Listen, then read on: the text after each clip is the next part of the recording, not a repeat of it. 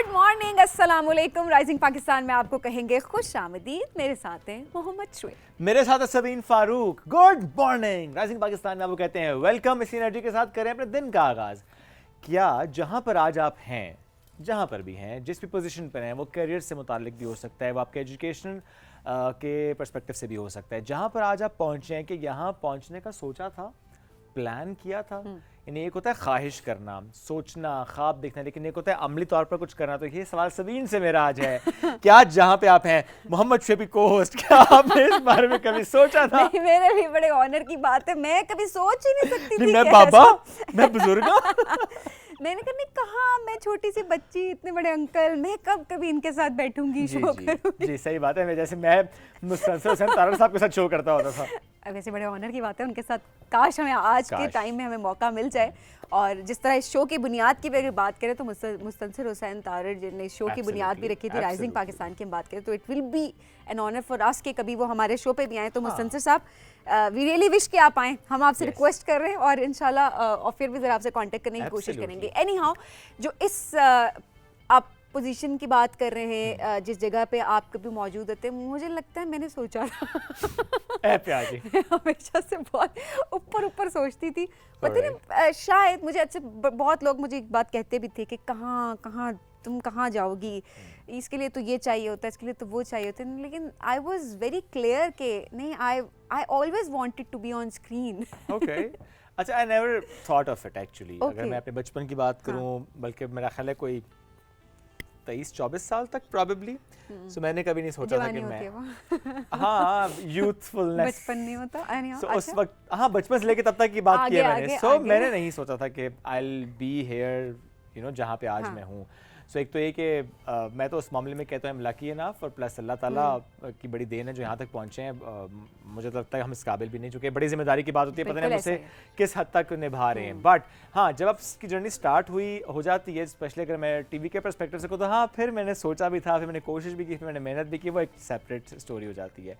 सो ये मैंने बिल्कुल कोशिश की कि मैं उस तक पहुँचूँ और जहाँ तक आ जाऊँ, लेकिन अभी भी ज़ाहिर है ये तो सफ़र है, ये तो बल्कि मैं कहता हूँ आगाज़ है। मुझसे कोई पूछेगा अच्छा आप कब से कर रहे हो, मैं कहूँ 10-12 साल, तो मुझे कहते हैं टाइम है। नहीं, for me it's new, it's पता नहीं चलता। ये भी आपने देखा, उसकी वजह ये होती है कि हम हर दिन कुछ नया कर रहे होते हैं। एंड देन आप, मैं ये कहती हूँ जहाँ पर आप कंफर्टेबल होगे ना कि बस अब तो यही है, सब हो रहा है, तो आप ये समझ लें कि आपका उस जगह पर वक्त बड़ा कम रह गया है। बिकॉज अगर आपको दुनिया इतनी आगे, इतनी तेज़ी से आगे बढ़ रही है, और अगर आप उस तेज़ी से आगे नहीं बढ़ रहे तो आप भी रुक जाएंगे, आपकी ग्रोथ रुक जाएगी। आपकी ग्रोथ के लिए इंपॉर्टेंट है कि आप हर दिन एक नया गोल सेट करें एंड कभी अपनी परफॉर्मेंस से सेटिस्फाई ना हो कि आज मैंने बहुत अच्छा किया और मैं आगे तो पता नहीं आज तो मैंने कैसा शो कर दिया कुछ। नो, मेरे शुएब की हमेशा ये आदत होती है कि हम हर चीज़ को बहुत क्रिटिकली देख रहे होते हैं। वी आर लाइक कि नो, ये इससे बेहतर होना चाहिए, इससे बेहतर होना चाहिए, अब हम ये करें, अब हम वो करें। तो हम हर दिन एक प्लान सेट करें, और इसमें बड़ा इंपॉर्टेंट है कि वक्त का पता नहीं चलता। और प्लस आपको आपके आसपास ये ऐसे लोग होना जो गाइड भी कर रहे हो, जैसे सबीन मुझे अक्सर बताया कि अच्छा इसको इस तरह कर लेते हैं और बेहतर हो जाएगा, तो हम एक दूसरे को सिखा भी रहे होते हैं, सीख भी रहे होते हैं। बड़ा इंपॉर्टेंट होता है कि एक पॉजिटिव नोट के साथ आप आगे बढ़े होते हैं, उसमें आपने किसी की टांग नहीं खींचनी होती, बल्कि आपने, मैं कहता हूँ कि सपोर्ट बनना होता है किसी के लिए। यार मिलकर आगे चलेंगे, मिलकर आगे बढ़ेंगे, and it's always a team work. एक इंडिविजुअल कुछ नहीं कर सकता। And this positivity is very important Shoaib के कभी आप बताएं तो एक्सेप्टेंस भी अगले इंसान में। मतलब मुझे नहीं याद कि कभी आपने मुझे बताया हो कुछ कि नहीं सबीन तुमने ये बोल दिया, एंड मैंने कभी आगे से ये नहीं कहा कि नहीं आप, आई वाज लाइक ओके हाँ इसको ऐसे बेहतर करते हैं। सो मेरा ख्याल है आप लोग भी देखिए अपने अपने ऑफिसेज में जब होते हैं, अपनी अपनी डोमेन में काम करें, आपके कुलीग्स हैं, आपके फ्रेंड्स हैं, मेक श्योर कि आपके इर्द गिर्द राइट पीपल हों। राइट पीपल वो होते हैं जो आप प्रोडक्टिव क्रिटिसिज्म करते हैं, वो लोग भी बिल्कुल ठीक नहीं होते जो कि क्रिटिसाइज ही नहीं करते आपको। इसका मतलब वो आपकी सिर्फ खुशामद करें। इट्स ऑलवेज वेरी इंपॉर्टेंट कि प्रोडक्टिव क्रिटिसिज्म करने वाले दोस्त, कुलीग्स, लोग आपके आगे मौजूद हो ताकि आपकी इंप्रूवमेंट हो हर दिन। कितनी अच्छी बात आपने की सबीन के देखें, एक वो शख्स जो आपके आसपास जो कि सब खुशामद करे कि everything is fine, everything is good to go, वो भी गलत है। और एक वो जो कि क्रिटिसाइज कर रहा है, ओवर क्रिटिसाइज कर रहा है इन अ वे, इन अ नेगेटिव वे, इन अ वे कि आपको डिस्टर्ब कर रहा है। सो हर चीज़ का एक तरीका होता है। There is always a decent way of communicating things. I always say this. तो अगर आपने किसी से कोई बात कम्युनिकेट करनी है, कोशिश करें पहले तो ये कि किसी मजमे में ना हो, आप अलग से जब बैठे हुए हैं तो बात करें, डिस्कस करें, ताकि सीखने वाले जो कमल है वो आगे बढ़ सके। अदरवाइज अगर माहौल ऐसा होगा जिसमें अगला बंदा ऑफेंड हो जाएगा तो शायद आपके ताल्लुकात भी खराब होते हैं, चीज़ें आगे और वो चीज़ बेहतरी की तरफ नहीं जा रही है। अच्छा, जो आज हमने सोचा कि जिस बारे में बात करें वो ये कि जिस तरह आपने मुझसे पहले पूछा, अच्छा मुझे बहुत सारे लोग थे बताने वाले कि अच्छा ये गोल सेट कर लिए, वो अल्लाह का इतना शुक्र है, अल्हम्दुलिल्लाह अल्हम्दुलिल्लाह। जब आप पता नहीं जितना अक्सर ये होता है, जो आपने बात की ना शुएब, रिस्पॉन्सिबिलिटी वाली बात, तो वाकई हर दिन एक ऐसे रिस्पॉन्सिबिलिटी फील होती है कि वो सेंस ऑफ अचीवमेंट ही ख़त्म हो जाती है बाज़ औक़ात। Then it's a routine for you कि एक चीज़ रूटीन में एंड देन आप एक रिस्पॉन्सिबिलिटी हर दिन आपने बेहतर करना है।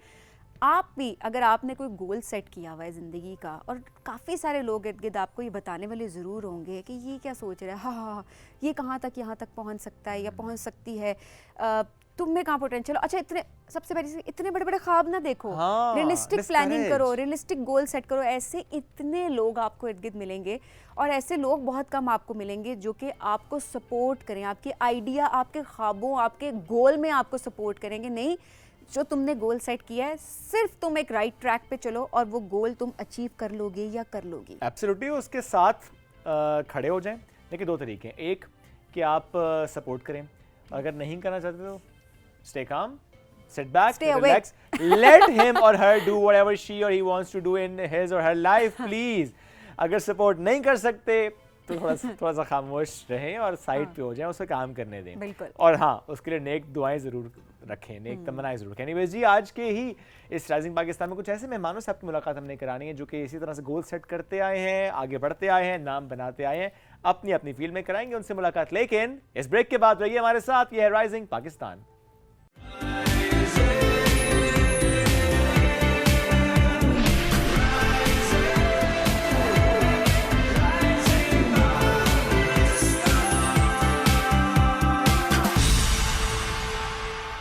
Welcome back. क्रिकेट का बुखार सब पर सवार हो जाता है जब कोई स्पेशली इवेंट आ रहा होता है, बट अदरवाइज भी when it comes to cricket तो पाकिस्तान में तो वैसी क्रेज़ बहुत ज़्यादा है।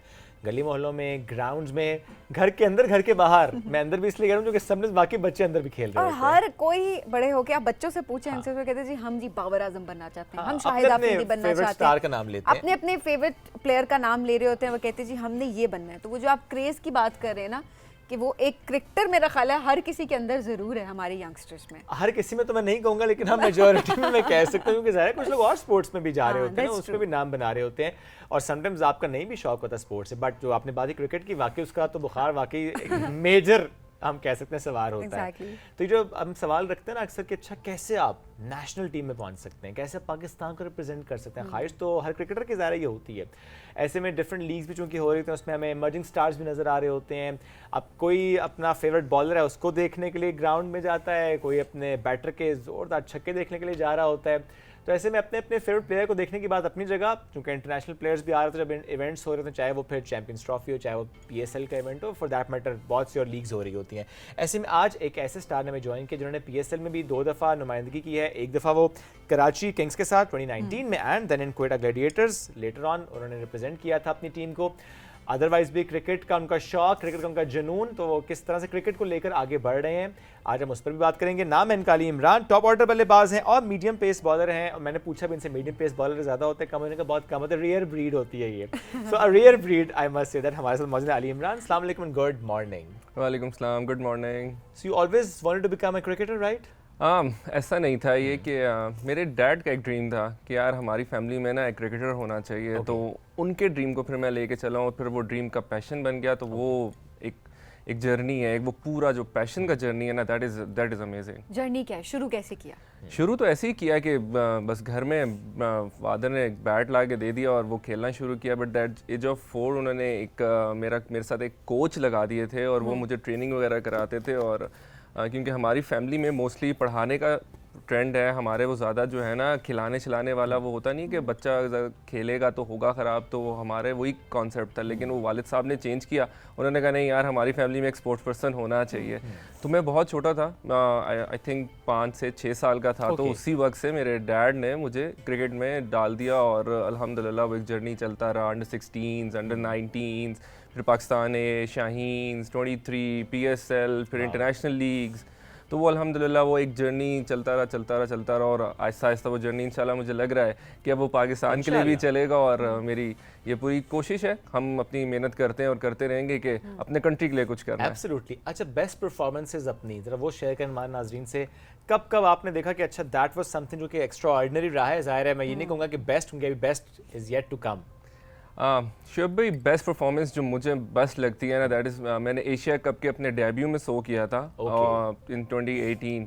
वो सारी रात, आपको पता है कि फर्स्ट गेम एशिया कप आप खेलने जा रहे हैं। एशिया कप एक बहुत बड़ा टूर्नामेंट होता है कि इमर्जिंग प्लेयर के लिए, और आप इंटरनेशनली प्लेयर्स को आपने खेलना है, उनको करना है। तो सारी रात नींद नहीं आई, डैड से बात हो रही थी, बार बार कह रहे सो जाओ, कुछ नहीं होता। ये मैंने कहा यार वाले साहब एक प्रेशर है, कुछ फील हो रहा है। बट वो अल्हम्दुलिल्लाह वो एक मेरा मेमोरेबल है कि यार मैंने वो अपने डेब्यू पे शो किया। वो बहुत रेयर प्लेयर्स हैं जिन्होंने अपने डेब्यू में जाके आप 100 स्कोर करते हैं, मैन ऑफ द मैच लेते हैं अपने कंट्री के लिए। तो वो एक डिफरेंट फील थी कि जब आप स्टार पहनते हैं तो वो एक हमारे में है भी है ना, वी ब्लीड ग्रीन। तो वो कंट्री के लिए कुछ करने की जो एक जज्बा है ना, दैट इज समथिंग अमेजिंग। वाकई जज्बा होना बहुत ज़रूरी है, अदरवाइज जो है हम देख रहे होते परफॉर्मेंस शायद उस तरह से नहीं आ पा रही जो हमारे अंदर पोटेंशियल होता है। सो वो आपका जो मैक्सिमम पोटेंशियल है उसको सामने लाने के लिए ये जज्बा ज़्यादा से ज़्यादा होना ज़ाहिर है बहुत इंपॉर्टेंट भी होता है।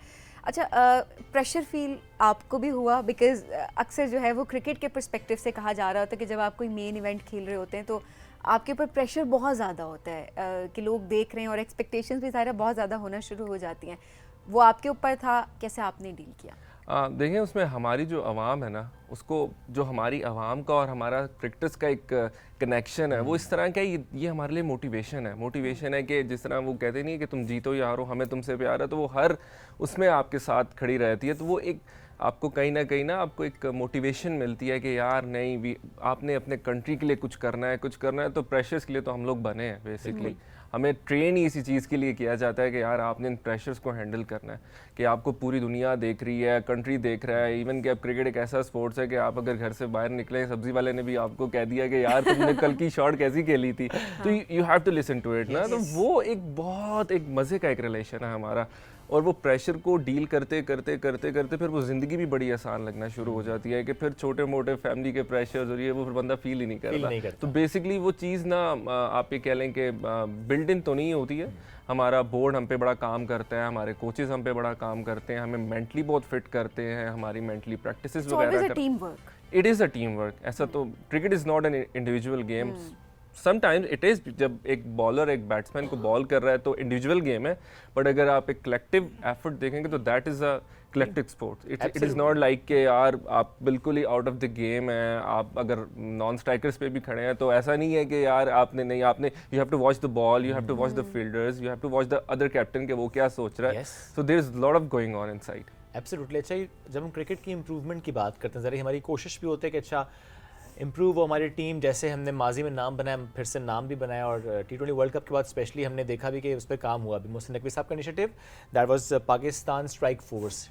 टॉप 25 प्लेयर्स मैंने कहूँगा कि जिसमें आप भी माशाल्लाह शामिल हैं। अब्दुल रज़ाक आपको हेड करें, उनको ज़रा ये चार्ज दिया गया था। सो ये जो फोर्स बनाई गई है, महीना तकरीबन हो गया इसमें। सो एक तो आप मुझे बताएं कि how do you feel being part of that strike force? उसके अंदर फिर क्या हो रहा है, कैसे काम हो रहा है, कैसे वो फ़ायदा देगी पाकिस्तान क्रिकेट को? शुभ, जो स्ट्राइक फोर्स बेसिकली बनी है ना, स्ट्राइक फोर्स इसके अब जो इंटरनेशनल क्रिकेट है, जो इंटरनेशनल क्रिकेट हो रही है वो बहुत फास्ट पेस पे हो रही है।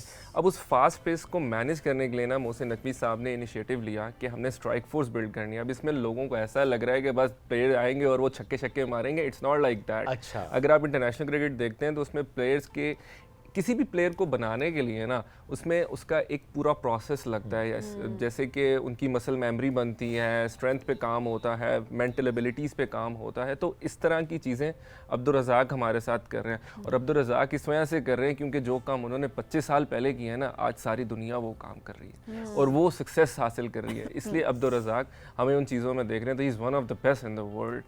यानी कि उनके हमने जेसन होल्डर एक प्लेयर हैं वेस्ट इंडीज़ के। मोस्टली प्लेयरों से जब भी मेरी बात हुई है तो वो ये कहते रहे हैं कि यार हम लोग अब्दुल रज़ाक की वीडियोस देख के आज पावर हिटिंग कर रहे हैं। तो हमारे पास वो लेजेंड्स मौजूद हैं पाकिस्तान में, उठा रहे हैं। लेकिन और हम लोग यही कर रहे हैं कि ये जो इनिशिएटिव पीसीबी ने लिया है, हम यंग प्लेयर्स के लिए जो हम डोमेस्टिक के परफॉर्मर्स हैं, इसमें कुछ इंटरनेशनल प्लेयर्स उन्होंने इंडल्ज किए हैं साथ, तो ये जो हम प्लेयर्स हैं हमारे लिए बहुत अच्छा एक मौका है, और यही हो रहा है कि हमारी मसल मेमोरी बिल्ड कर रहे हैं, वो हमें पावर हिटिंग सिखा रहे हैं कि कैसे आप विद ईज, नहीं यानी कि नहीं कि बस just watch the ball and swing it, with ease आप जो है बाउंड्रीज को क्लियर करें बड़ा तरीके से। जी बिल्कुल, यानी अगले को लगे कि इसने तो आराम से कर लिया। बिल्कुल। अच्छा, क्या इसी स्ट्राइक फोर्स में से हम पे प्लेयर्स नेशनल टीम में जाते हुए देखेंगे? बिल्कुल आप देखेंगे, और यानी कि मैं बहुत पुरुमीद हूँ Okay. कि यार एक प्लेटफॉर्म, एक तरह का प्लेटफॉर्म है कि आपको पाकिस्तान की, हमें टोटल फैसिलिटीज़ पाकिस्तान टीम वाली हैं, हमारी होटलिंग, हमारी ईच एंड एवरीथिंग, टोटल हमारी जो फैसिलिटीज़ हैं, कैंप का वो इसी तरह का चल रहा है। इनिशिएटिव उन्होंने ऐसा ही लिया हुआ है कि बिल्कुल पाकिस्तान टीम। तो बेसिकली हम लोगों को यही बताया गया है कि आप लोगों से ही यहाँ पे पाकिस्तान टीम को लोग रिप्रेजेंट करेंगे, और जैसे मेरा भी एक ड्रीम है कि मैंने अपने कंट्री के लिए कुछ करना है, कि जब भी क्रिकेट की दुनिया में पाकिस्तान का नाम लिया जाए तो लोग अली इमरान को भी याद यानी करें। इसका मतलब इस वक्त आप सिर्फ और सिर्फ नेशनल टीम तक पहुंचना है, क्योंकि स्टेप बाय स्टेप आप यहाँ तक माशाल्लाह पहुंचे हैं, और आपने कई प्लेटफॉर्म से अपने आप को मनवाया भी, स्पेशली जो आपने एशिया कप की बात की कि वहाँ पे फर्स्ट टाइम आपने जब जाना और फिर सेंचुरी, तो आई मीन दैट्स टफ, और वो जो एंथुसियाज्म है ना, वो तो वैसे ही नजर आ रहा है कि नहीं ये कर दिखाना है। तो मेरा ख्याल है ये गोल सेट करना और उसको अच्छे से फोकस करके चलना एक बहुत बड़ी बात होती है। अली, किसको आप फॉलो करते हैं? अपनी गेम तो जाहिर है हर प्लेयर खेलता है, उसकी स्ट्रेंथ वीकनेसेस होती हैं, बट कुछ आइडियल होते हैं प्लेयर्स के, मैं उसको फॉलो करूं, मुझे उसका ये तरीका बहुत पसंद है, मैं उसको अडेप्ट करूं। आपके फेवरेट कौन है? अब मैं जिस तरह शुएब ने इंट्रोडक्शन में कहा कि I am a rare breed ना, तो रेयर ब्रीड होता है कि बेसिकली क्रिकेट में कम होता है कि साथ में आप ओपनिंग बैटिंग भी करें और यू बॉल, यानी कि आप मीडियम पेस बॉलिंग भी करें। तो पाकिस्तान बहुत लैक भी करता है उन चीज़ों में ना। तो जब मैंने क्रिकेट शुरू की तो तब मैं सिर्फ बैटिंग करता था, बट जब मैंने ये चीज़ देखी ना कि यार ये नहीं है हो रहा है, तो फिर आई स्टार्ट वॉचिंग।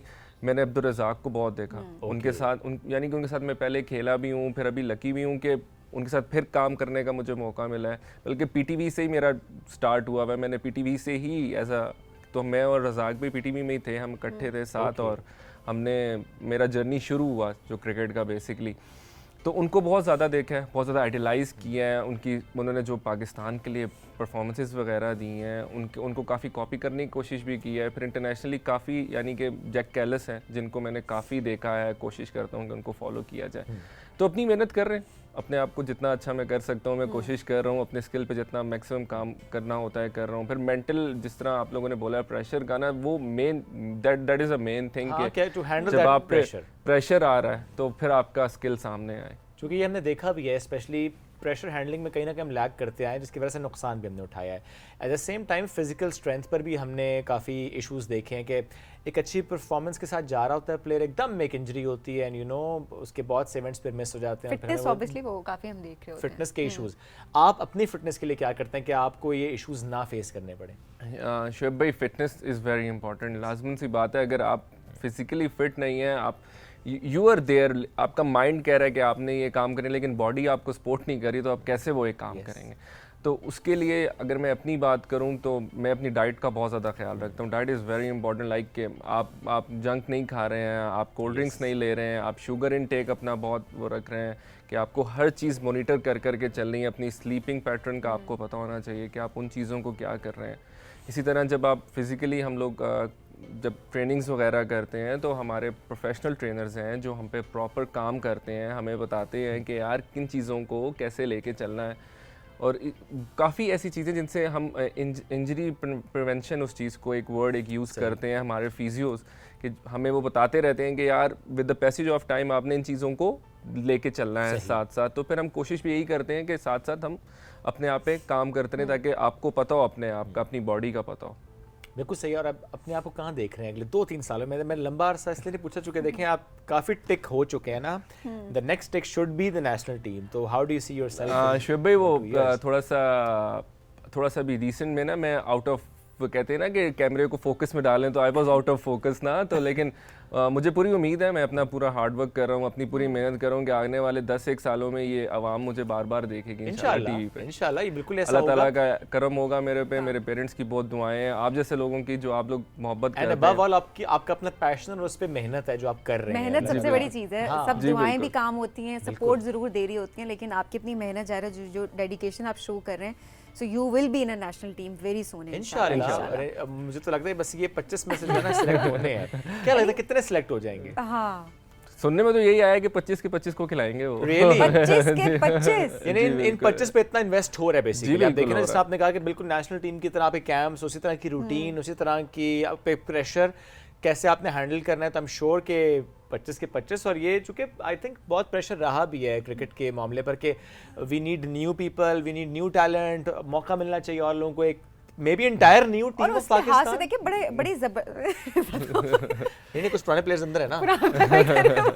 वाले देख रहे होंगे। आई थिंक ये बड़ी एक अच्छी चीज़ है कि आप एक बड़ा अच्छा इनिशिएटिव लिया कि पूरे पाकिस्तान की रिप्रेजेंटेशन, ये मेरा ख्याल है ये बड़ी इंपॉर्टेंट चीज़ थी कि इस तरह का कुछ इनिशिएटिव लिया जाए। अली, बाकी जो प्लेयर्स हैं उनके क्या जज्बात हैं? आपने तो बता दिया, अब बाकी भी क्या इतने ही उनके अंदर जज्बा है और वो इतने ही डेडिकेटेड हैं, हार्ड वर्क हैं? देखें, लाजमन सी बात है, अगर आप इंटरनेशनल लेवल पे एक स्पोर्ट्समैन खेल रहा है तो उसकी डेडिकेशन और उसके हार्डवर्क का तो आप अंदाज़ा लगा सकते हैं कि वो कहाँ पे स्टैंड कर रहा होगा, वो कितनी चीज़ों को सेक्रीफाइस करता होगा, प्रेशर्स को कैसे हैंडल करता होगा, चीज़ें कैसे मैनेज करता है। जिस तरह बहुत बड़ा नाम है अभी हमारी क्रिकेट का बाबर आजम। तो मैं उनसे जब मिला तो मैंने उनसे एक ही बात की कि लोग पूछ रहे हैं आप कवर ड्राइव कैसे मार रहे हैं, आप कट कैसे मार रहे हैं। मैंने कहा बाबर भाई मुझे ये बताएं कि आप प्रेशर कैसे हैंडल कर रहे हैं, that is the main thing. तो उन्होंने जो चीज़ें बताई थोड़ी बहुत कि यार आपको अपने गोल को ऊपर रखना है, ये हर्डल्स हैं। यानी कि जैसे कि आप इस्लामाबाद टू लाहौर जर्नी है, आप जा रहे हैं मोटरवे पे, तो बीच में हर्डल्स आएंगे, तो हर्डल्स को मत देखो ना, आप अपने गोल को देखो। तो तुम्हारा गोल क्या है? मैंने कहा जी गोल तो ये है कि खून भी निकले तो ग्रीन निकले, कि पाकिस्तान के लिए कुछ करना है, क्रिकेट को वहाँ पे लेके जाना है। तो उन्होंने कहा जब क्रिकेट को वहाँ पे लेके जाना और खेलना वहाँ पे है ना, तो फिर सोचो भी उस चीज़ को कि बस यार क्रिकेट है। ये हर्डल छोटी मोटी चीज़ें तुम्हें फिर तंग नहीं करेंगे, लेकिन अगर आप इनमें लग जाओगे, इन चीज़ों को देखना शुरू कर दोगे, तो that will hurt you. Okay, कोई मशवरा शाहीन अफरीदी से भी लिया था? नहीं, शाहीन अफरीदी के अगेंस्ट में खेला हूँ, मशवरा नहीं लिया। उनको मैंने ओवर में 3 चौके भी मारे हैं। शाहीन को 3 चौके भी मार दिए हैं। ज़बरदस्त Ali, thank you so much and all the best for your career, for your journey.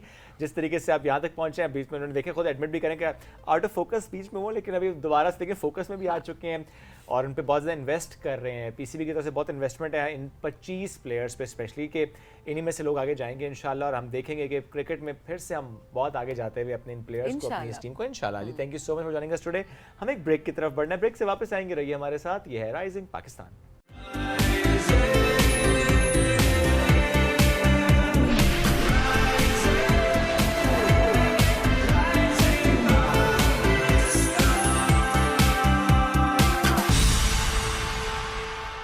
Welcome back. दुनिया में कम उम्र तरीन एक ऐसी लड़की जो कि यूएन की सेहत और क्लाइमेट के मामले में गैर सगाली की सफ़ीर हैं, आज वो हमारी मेहमान है जो कि शी इज़ पाकिस्तानी। सो कम उम्र तरीन भी हैं, पाकिस्तानी भी हैं, नाम रोशन कर रही हैं, सेहत और क्लाइमेट के मैदान में काम कर रही हैं और बहुत से फॉरम्स पर, इंटरनेशनल फॉरम्स पर कॉन्फ्रेंसेस करवा चुकी हैं। तो ज़ाहिर है इन दो चीज़ों को लेकर जिस तरह वो चल रही हैं at a very young age, it's very encouraging. Aliza Ayaz ने हमें ज्वाइन किया इन द स्टूडियो। अस्सलाम वालेकुम, गुड मॉर्निंग। वालेकुम सलाम, गुड मॉर्निंग, कैसे हैं आप लोग? अल्हम्दुलिल्लाह बिल्कुल ठीक ठाक। अलीज़ा, ये बड़ा एजाज़ है कम उम्र तरीन पाकिस्तानी के तौर पर भी और दुनिया की भी कम उम्र तरीन एक ऐसी लड़की जो कि यूएन की गैर सरकारी की सफ़ीर है। सो ये जर्नी स्टार्ट कैसे हुई? आई थिंक एक एक्सीडेंट था। शुरू से बहुत पढ़ाकू थी, पढ़ाई का बहुत शौक था, geography was one of my favourite subjects. तो वहाँ पे क्लाइमेट चेंज का काफ़ी सुना हुआ था। जब मैं यूनिवर्सिटी गई तो I was in London, university college London, one of the best universities in the world. तो वहाँ पे एक फ्रेशर्स फेयर के नाम से स्टॉल्स लगे होते हैं डिफरेंट स्टूडेंट क्लब्स के। तो वहाँ पे हर तरह की चीज़ थी, चाहे वो चेस सोसाइटी हो, स्पोर्ट्स क्लब हो, कॉफ़ी सोसाइटी हो। तो मुझे एकदम से नज़र आया कि there is nothing on climate change, जबकि इतना बड़ा टॉपिक है। 2017 की बात है, न्यूज़ में हमेशा क्लाइमेट की बात होती थी, बट जहाँ तक हमारे नौजवानों की एक्टिविटीज़ हैं उनसे कोई ताल्लुक़ नहीं, कोई इंटरेस्ट नहीं। तो मैंने सोचा कि क्यों नहीं मैं एक स्टूडेंट क्लब लॉन्च करूं जिसका नाम क्लाइमेट एक्शन सोसाइटी हो, और उसका ऑब्जेक्टिव यही है कि हम नौजवानों को इस पे एजुकेट करें, अवेयरनेस करें और एक्शन में इन्वॉल्व करें। सो अलीज़ा, कितनी कामयाब आप हुई? कितने यंगस्टर्स को आपने सेंसिटाइज किया इस इशू के बारे में और क्या क्या अचीवमेंट्स आपने फिर ली? आई थिंक हज़ारों की तादाद में हमने एजुकेट किया है। हमने यूनिवर्सिटी कॉलेज लंदन में तकरीबन 50 डिपार्टमेंट्स हैं। हर डिपार्टमेंट में ओवर 200 to 500 स्टूडेंट्स होते हैं। तो मुझे ये एजाज़ दिया गया कि मैं लेक्चर दे सकूं। तो मैंने तमाम स्टूडेंट्स को, चाहे वो मास्टर स्टूडेंट्स के हों या बैचलर्स या पीएचडी लेवल के, तो उन्हें जब एजुकेट किया काफ़ी लोगों ने इंटरेस्ट लिया, फिर बाद में काफ़ी प्रोजेक्ट्स में भी काम किया, क्योंकि मेरा यकीन है कि आप पढ़ाई तो कर लेते हैं बट उसे इम्प्लीमेंट करेंगे तो और आप सीखते हैं। यूएन ने कैसे पिक किया आपको एज एन एम्बेसडर? क्योंकि ज़ाहिर है मैं ये नहीं कहता कि काम बहुत ज़्यादा हो रहा है, बट स्टिल काम हो तो रहा है, बहुत से लोग काम कर रहे हैं, दुनिया भर में काम हो रहा होता है, बट आपको कैसे यूएन ने पिक किया एज एन एम्बेसडर? बिल्कुल, मैं कराची ग्रामर स्कूल में ओ लेवल स्टूडेंट थी। तो वहाँ पे ज्योग्राफी पढ़ रही थी। तो द वाटर क्राइसिस जो कि क्लाइमेट चेंज की वजह से है पाकिस्तान में, मुझे बहुत इंटरेस्ट किया। तो मैंने सोचा मैं ख़ुद एक इंडिपेंडेंट प्रोजेक्ट करती हूँ as a full time student. मैंने कहा मैं वापडा के पास जाती हूँ, गवर्नमेंट्स के पास जाती हूँ, I want to interview people कि ये इशू क्यों हो रहा है क्लाइमेट चेंज के ताल्लुक से। हमारी पानी की कमी हो रही है, हमारी फसलें ज़ाया हो रही हैं, वेल्स ड्राई हो रही हैं, ख़ास तौर पे जो विलेजेस हैं वहाँ पे ये प्रॉब्लम काफ़ी देखी जाती है। तो मैंने एक रिसर्च पेपर मैंने खुद ही लिखा और मेरी ज्योग्राफी टीचर ने जब पढ़ा तो उन्होंने कहा कि ये तो आप पब्लिश करें। तो वहाँ से जब मैंने पब्लिश किया तो मुझे यूनाइटेड नेशंस के किसी मेंबर ने स्काउट किया, उन्होंने कहा आप आके प्रेजेंट करें इस कॉन्फ्रेंस को। मैं पहली बार इस्लामाबाद आई, मैंने प्रेजेंट किया in front of 100+ senior professionals and policy makers, और वहाँ से मेरी जर्नी स्टार्ट हुई। उस वक्त क्या एज थी? I was 17। वाओ, ऐसे बहुत यंग एज में माशाल्लाह। पेपर लिखना एंड देन उसको प्रेजेंट करना। जी, ये तो अभी तक हम सोच रहे होते हैं कि अच्छा किस तरह लिखा जाता है। 17 साल की उम्र में माशाल्लाह बिग अचीवमेंट है। डिबेटिंग का बहुत शौक था, तो हर डिबेट कंपटीशन में पार्टिसिपेट करती थी। तो प्रेजेंटेशन काम आसान था, बट नेगोशिएट करना, लोगों को समझाना कि वो मुझे एज अ यंगस्टर नहीं देखें पर एज अ सीरियस पर्सन भी देखें, वो एक चैलेंज था। अच्छा, ये चैलेंज अब भी है क्या? बिकॉज हम काफ़ी सारे डोमेन में देख रहे होते हैं और हमारे यंगस्टर्स आके यही शिकायत कर रहे होते हैं कि जो हमारे सीनियर्स हैं वो हमारी चॉइसेस को अब रिस्पेक्ट नहीं करते, या वो हमें डीमीन करते हैं, मोटिवेट नहीं कर रहे होते, डीमोटिवेट कर रहे होते हैं। और शायद एक्सेप्टेंस का बहुत बड़ा मसला है कि आप अगर कोई नए आइडियाज़ लेकर आते हैं तो हमारे सीनियर्स का ये होता है कि नहीं, हमें सब पता है और हम बेहतर तरीके से कर सकते हैं। तो क्या आज भी एक्सेप्टेंस का ये बहुत मसला आपको नज़र आ रहा है हमारे यंगस्टर्स के लिए? आई थिंक मेरे ख्याल से अभी भी है, इम्प्रूव तो हो गया over the last 10 years, but अक्सर मैं जब किसी कॉन्फ्रेंस को चेयर करती हूँ या लोगों से मिलती हूँ तो वो कहते हैं अच्छा आप हैं, आप तो रिवायती लीडरशिप नहीं लगती। तो मैंने कहा ये अच्छी बात है क्योंकि मैं वही बदलने आई हूँ। कोई स्पेसिफिक स्टैंडर्ड नहीं है कि आप कहाँ, कौन से मुल्क से हैं, कौन सी उम्र के हैं। तो लोग अपनी परसेप्शन काफ़ी चेंज कर चुके हैं, बट अभी भी बाज़ बार ये होता है लोगों की सेकंड गेसेस होती हैं कि कर पाएगी कि नहीं कर पाएगी, सही नॉलेज है कि नहीं। और असल बात तो ये कि आप you have to constantly improve, constantly learn, क्योंकि किसी को कंप्लीट मुकम्मल नॉलेज नहीं है। ये एक ऐसा टॉपिक है जहाँ पे रोज़ाना नई रिसर्च आती है, वो रिसर्च डिफीट होती है। बिल्कुल। अच्छा, जो आपने इतने इवेंट्स करवाए, कॉन्फ्रेंसेस करवाई, ये इंटरनेशनल करवाई? जी बिल्कुल। सो मेरा यही एम था कि मैं हर सेक्टर में एजुकेशनल बेस्ड कॉन्फ्रेंसेस करवाऊँ। तो लॉयर्स के साथ की हमने, पॉलिसी मेकर्स के साथ की हमने, बैंकर्स के साथ की हमने, इवन मेकअप आर्टिस्ट, पोएट्स के साथ और क्लासिक्स के साथ। तो यही मकसद था कि जो क्लाइमेट चेंज है वो सिर्फ ज्योग्राफी पढ़ने वालों की प्रॉब्लम नहीं है, सिर्फ साइंटिस्ट की प्रॉब्लम नहीं है, वो हर बंदे से ताल्लुक़ रखती है, हर उम्र की। तो चाहे आप ये प्रॉब्लम एक्सेप्ट करें या नहीं, अगर आप नहीं करेंगे तो उसका कॉस्ट ज़्यादा है, ना कि आप अभी से काम करें। और देखिए हर डोमेन में जो हम अक्सर बात कर रहे थे ना, हमारी भी कंट्रीब्यूशन है। सो आप जिस मर्जी फील्ड में हैं, आपकी रिस्पॉन्सिबिलिटी है। और ये बड़ी एक अच्छी चीज़ है कि हर फील्ड को आपने टारगेट किया, सो दैट जहाँ पर भी कोई हम कहते हैं ना हमारे करने से क्या हो जाएगा, ये तो जी ग्लोबल लेवल पे जो पॉलिसीज़ हैं और मुल्कों को मिलकर सब करना होगा, तो मुल्कों के अंदर हम ही रह रहे होते हैं और इंडिविजुअल अगर हम अपनी अपनी एफर्ट पुट करते हैं तो वो एक बड़ा इम्पैक्ट क्रिएट करता है। एब्सोल्युटली ऐसा ही है। अच्छा, थोड़ा सा पाकिस्तान के पर्सपेक्टिव में भी आपने ज़्यादा, क्योंकि स्टार्ट भले आपने एक पानी के इशू से किया जिस पर आपने रिसर्च पेपर लिखा है, आपने उसे प्रेजेंट भी किया, बट जितना आप अभी और चीज़ें देख रही हैं, क्या नज़र आ रहा है, सिचुएशन किस तरह की नज़र आ रही है, जो काम हो रहा है उससे मुतालिक भी कमेंट कीजिएगा, जो international efforts and national efforts हैं उस पर भी बात कीजिएगा। जी बिल्कुल। आई थिंक एज अ नौजवान जो एक्सपोजर होता है उसका बहुत बड़ा रोल है। अल्हम्दुलिल्लाह हम प्रिविलेज बैकग्राउंड से, अच्छी स्कूल जाना, अच्छी यूनिवर्सिटी जाना, ये हमें रिकग्नाइज़ करना चाहिए कि हमें ये रिसोर्सेज मिली हैं और हर पाकिस्तानी को रिसोर्सेज नहीं मिलती।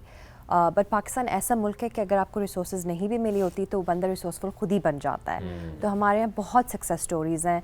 मैं तो सिर्फ एक चेहरा हूँ जिससे मुझे एक ये लकी प्लेटफॉर्म मिला, इंटरनेशनल रिकग्निशन मिली। पाकिस्तान में मैंने देखा है, as soon as you step outside a city, जो आप विलेजेस की आप हालत देखिए, उनके पास पानी नहीं है, उन्हें एक जगह से दूसरी जगह जाना पड़ रहा है क्योंकि उनकी फसलें ग्रो नहीं हो रही। जो हमारी औरतें हैं उनकी जो मेंटल हेल्थ इफ़ेक्ट्स हैं क्लाइमेट चेंज की वजह से, उनका स्ट्रेस बढ़ रहा है, उनकी कंट्रीब्यूशन एक हाउस होल्ड में काफ़ी ज़्यादा होती है, तो पूरी फैमिली जनरेशन इफ़ेक्ट होती है। तो पाकिस्तान ऐसा मुल्क है जो कि सिर्फ 1% कंट्रीब्यूट करता है पूरी दुनिया की माहौलियाती आलूदगी को, बट टॉप 10 कंट्रीज़ में से जो सबसे ज़्यादा इफेक्ट हो रही हैं। अच्छा, इस दौरान आपने एक बात की ना कि क्लाइमेट चेंज से स्पेशली देही ख़वातीन की साइकोलॉजिकल हेल्थ का मुतासर होना, आई एम श्योर कि बहुत से लोगों के लिए बिल्कुल नई सी बात होगी ये कि क्लाइमेट चेंज से एक बिल्कुल दूर अफ्तादा गाँव में बैठी एक लड़की भी किस तरह से मुतासर हो रही है, उसकी मेंटल हेल्थ कैसे मुतासर हो रही है, इस पर क्या काम हो रहा है? बिल्कुल, आई थिंक जब मैं शुरू में इस सेक्टर में आई थी तो बहुत कम टॉपिक था ये, और जो मेरा एक फोकस एरिया वही है कि जो मार्जिनलाइज्ड वुमेन हैं स्मॉल एरिया से, जिनका इतना कंट्रीब्यूशन नहीं होता क्लाइमेट डायलॉग में, उनकी आप कन्वर्सेशंस लाएं क्योंकि उन्हीं का जो एक्सपीरियंस है, अगर आप वो नहीं लाएंगे तो आप किस तरह की क्लाइमेट पॉलिसी बना रहे हैं। और सच यही है कि ये जो हमारे गांव में जो औरतें हैं जिनके पास रिसोर्सेज नहीं है, सबसे ज़्यादा उन पे इफेक्ट हो रहा है। उन्हें खुद नहीं पता कि क्लाइमेट चेंज क्या और किस तरह उनकी मेंटल हेल्थ इफेक्ट हो रही है। मेंटल हेल्थ के अलावा फिजिकल हेल्थ भी इफेक्ट हो रही है। काफ़ी डिजीज़ है, मसलन के मलेरिया, वो बढ़ रहे हैं क्लाइमेट की वजह से। और देखिए मल्टीपल फैक्टर्स है ना। अब आप उन एरियाज़ की बात करें जहाँ पर फ्लड्स आते हैं, अब वहाँ पर ख़वातीन के लिए कितनी मुश्किल होती है। बिल्कुल, बिकॉज उन इलाकों की इसलिए बात करें क्योंकि उनके लिए ट्रैवल करना, कहीं और जाना और अपने लिए अपॉर्चुनिटीज़ को तलाश करना, अपनी जगह छोड़ना बड़ी मुश्किल होती है। मर्दों का ये होता है कि ये हमारी सोसाइटी में है कि चलें वो मूव भी कर जाते हैं, वो एज अ डोमिनेटिंग फिगर वो चीज़ों को, वो अपनी फैमिली को प्रोटेक्ट भी कर रहे होते हैं, वो सारी चीज़ें अपनी जगह पे होती है, बिकॉज वो कल्चरल एक एस्पेक्ट हम लोगों को कभी निगलेक्ट नहीं करना चाहिए। This is how it is. अच्छा, अब उस पर्सपेक्टिव से अगर देखा जाए तो जाहिर सी बात है वहाँ पर जो आपने मेंटल हेल्थ, फिजिकल हेल्थ की बात की, पर फिजिकल हेल्थ पे इम्पैक्ट होगा तो ऑटोमेटिकली आपकी मेंटल हेल्थ पे इफेक्ट। और रिसोर्सेज उनके पास नहीं होते। आप देखें कितनी ज़्यादा शुक्र है कि कुछ कैंपेन्स चलना शुरू हो गए जहाँ पर इन चीज़ों पे बात होना शुरू हो गई और उनको वो जो रिसोर्सेज मिलने चाहिए वो उन तक पहुँचना शुरू हो गए। सो ये एक बड़ा इम्पैक्ट ज़रूर है जी। अलीज़ा, आप किस तरह देख रही हैं कि चेंज कितना आ रहा है अभी, और अगर ये चेंज ना आया आइंदा आने वाले कुछ सालों में, सो क्लाइमेट चेंज के कितने बुरे मजीद असरात, अल्लाह ना करे, खुदा ना खास्ता, हम देख सकते हैं? जी, आई थिंक इस इशू की असलियत ये है कि कुछ कंट्रीज़ बहुत ज़्यादा इफेक्ट होंगी, बहुत तेज़ रफ्तार से इफेक्ट होंगी। उसमें से बांग्लादेश और पाकिस्तान एक कंट्रीज़ हैं, और बहामास जैसे आइलैंड नेशंस हैं वो बहुत इफेक्ट होंगी क्योंकि ऑब्वियसली वो समंदर से उनका बॉर्डर है, तो उन्हें सबसे ज़्यादा ज़रूरत है। और मुख्तलिफ़ मुल्कों की, ख़ास तौर पे क्लाइमेट फंडिंग की, कि जो भी आप सलूशन बात करें, सर्वेलेंस और प्रिवेंशन मेजर्स हों या क्लाइमेट एडेप्टेशन मेजर्स हों, वो सब फाइनेंस से ताल्लुक़ रखती है। तो पाकिस्तान जैसे मुल्कों को बहुत ज़रूरत है इन पैसों की। मैं काफ़ी कॉन्फ्रेंसेस अटेंड करती हूँ, मसलन कि COP27, world urban bank forums, तो वहाँ पे हमेशा जो सबसे ज़्यादा नेगोशिएशन होती है वो क्लाइमेट फाइनेंस पे होती है कि आप प्लीज़ फ़ंड करें हमारे प्रोजेक्ट्स ताकि हम अपने फॉसिल फ्यूल से फेज़ आउट हों और हम प्रिवेंशन मेजर्स कर सकें। तो पाकिस्तान की ख़ास तौर पे वो चेंज लाना चाह रहा है, बट हमारी और बहुत प्रॉब्लम्स हैं, इकोनॉमिक और हेल्थ बेस्ड प्रॉब्लम्स, हमारा इंफ्रास्ट्रक्चर बहुत वीक है, तो बार बार साइड लाइन होती है। बट अगर आप इंटरनेशनल स्केल में भी देखें, यही चीज़ अमेरिका में हो रही है और UK में। 2 साल पहले climate was a top priority, but अब साइड लाइन हो चुकी है। अब पॉलिटिकल लीडर्स अपनी स्टेटमेंट वापस ले रहे हैं, तो इस सेक्टर में हम कॉन्स्टेंट शिफ्ट एक्सपीरियंस करते हैं कि अब प्रायोरिटी है, अब नहीं है, तो अभी भी ये स्ट्रगल है। वहाँ पे भी अगर प्रायोरिटी नहीं है, उसकी रीज़न क्या है? आई थिंक जो पॉलिटिशियंस आते हैं पावर में, तो उनकी एक एजेंडा होता है, उन्हें प्रूव करना होता है कि इकोनॉमिक स्टेबिलिटी लाएं, और अनफॉर्चुनेटली काफ़ी लीडर्स की सोच मैंने देखी है ये कि या तो आप अच्छा बिजनेस करें और उसमें एनवायरनमेंट का ख्याल नहीं हो पाता, या फिर आप गरीब हों और एनवायरनमेंट का ख्याल कर सकते हैं। बट असल में you can have sustainable businesses जो कि सेहत के लिए अच्छे हों, एनवायरनमेंट के लिए अच्छे हों, लॉन्ग टर्म पॉलिसीज होनी चाहिए ताकि आपका क्लाइमेट उस तरीके से उस इम्पैक्ट ना आए। एज एन इंडिविजुअल क्या कर सकते हैं हम? बहुत सारी चीज़ें, जो भी चेंज होता है वो घर पे शुरू होता है, और मेरे नौजवानों को यही एडवाइस है कि बेशक छोटे काम करो बट उन्हें कंसिस्टेंट रखो, रोज़ाना करो। अगर आप घर से निकल लें काम करने के लिए अपनी गाड़ी में, तो कोशिश करें तमाम काम एक ही चक्कर में कर लें। नहीं, यहाँ पे बहुत है कि हर बार गाड़ी बाहर जा रही है हर छोटे काम के नान लिए। लेने जा रहे हैं गाड़ी पे जा रहे हैं, धनिया लेने जा रहे हैं गाड़ी पे जा रहे हैं, या मोटरसाइकिल पे जा रहे हैं, हाँ, वॉक करने जा रहे हैं गाड़ी पे जा रहे हैं, गाड़ी में पार्क करेंगे और वॉक करेंगे। तो गाड़ी तो बहुत यूज़ होती है। आप और यहाँ पे आप देख लें, अनफॉर्चुनेटली स्मॉग का जो एक कंट्रीब्यूशन है वो बिल्कुल पंजाब का बड़ा इशू है। पोल्यूशंस है बिल्कुल। अच्छा, और हर बंदे ने अपनी गाड़ी भी रखी हुई है ना, ये भी बड़ा मसला है। 2-3 गाड़ियां भाई हर बंदे की। हर बंदे की 2-2 गाड़ियां। अब ये एक अलग मामला है कि 2-3 गाड़ियां हम जैसे तो एक अफोर्ड करें, वो बड़ी बात हो रही होती है। बट जाहिर सी बात है जो इंडिविजुअल एफर्ट्स हैं वो बड़ी इंपॉर्टेंट होती है। अच्छा अलीज़ा, एक चीज़ और कि बिकॉज आपने वॉलंटियर किया, राइट? जी बिल्कुल। अब ये बड़ी इंपॉर्टेंट चीज़ है, क्या यंगस्टर्स हमारे वॉलंटियरिज्म की तरफ आ रहे हैं? आप क्या वो वॉलंटियर कर रहे हैं? बिकॉज हमारे यहाँ यही सिखाया जाता है ना कि कोई चीज़ अगर आपने अपना गोल सेट करना है तो वो पैसा सेट करना है। आप कॉज को भी अगर लेकर आते हैं उसके अंदर तो आप उसमें पैसा ही अपनी प्रायोरिटी सेट करते हैं। चाहिए पैसा आ जाएगा और उसके बाद हम इतना कमा लेंगे और फिर ये इम्पैक्ट जो है वो हम क्रिएट करने की कोशिश करेंगे। जी, आपको किस तरह से मोटिवेशन आई कि नहीं वॉलंटियर करना इंपॉर्टेंट है, कॉज पे काम करना, और जो यंगस्टर्स इस वक्त हमें देख रहे हैं वो किस तरह से कंट्रीब्यूट कर सकते हैं? बिल्कुल। आई थिंक आपने बहुत अच्छी एक चीज़ हाईलाइट की है। हम नौजवानों के लिए एक बहुत बड़ा डायलेमा होता है कि हम इतनी, हमारे जो पेरेंट्स इन्वेस्ट करते हैं हमारे एजुकेशन में, तो इट्स ओनली फेयर कि जब आप जॉब करो तो अच्छे पैसे कमाओ। और ख़ास तौर पे अब जब हम पे बहुत प्रेशर है, हमारी education primary school secondary school में ख़त्म नहीं होती, मास्टर्स या PhD लेवल पे ख़त्म होती है, तो फिर यही एक्सपेक्टेशन होती है कि अच्छी सैलरी आएगी तो उसी करियर की तरफ जाएंगे। बट मेरा ये मानना है कि हमारा जो दीन है इस्लाम, उसमें हमारे हुज़ूर सल्लल्लाहु अलैहि वसल्लम ने भी यही कहा है कि आप अपने एनवायरनमेंट का ख्याल रखें। तो सफाई नफ्स से मान है, तो ये सिर्फ ये नहीं कि आप ख़ुद साफ़ रहें, अपने माहौल को भी साफ़ रखें, घर से बाहर आप कचरा फेंक रहे हैं, तो इस तरह की चीज़ें हमारे बैलेंस में बहुत इंपॉर्टेंट है। आई थिंक दूसरी बात आपकी जो नेचर और नर्चर का एक्सपीरियंस है, आपके पेरेंट्स आपको क्या सिखाते हैं, आपके जो माहौल है, आपकी टीचर्स, उनका अगर फोकस इन चीज़ों पे होता है, इस टॉपिक पे बात होती है, मसलन कि रिसाइकलिंग, सफाई पे, तो एक और चीज़ सबकॉन्शियस में आ जाती है। मैं डेफिनेटली क्रेडिट अपने पेरेंट्स को देना चाहूँगी जिन्होंने शुरू से मुझे कहा है कि अपने लिए तो कमाओ बट हमेशा एक हिस्सा दूसरों के लिए, उनकी अच्छाई के लिए।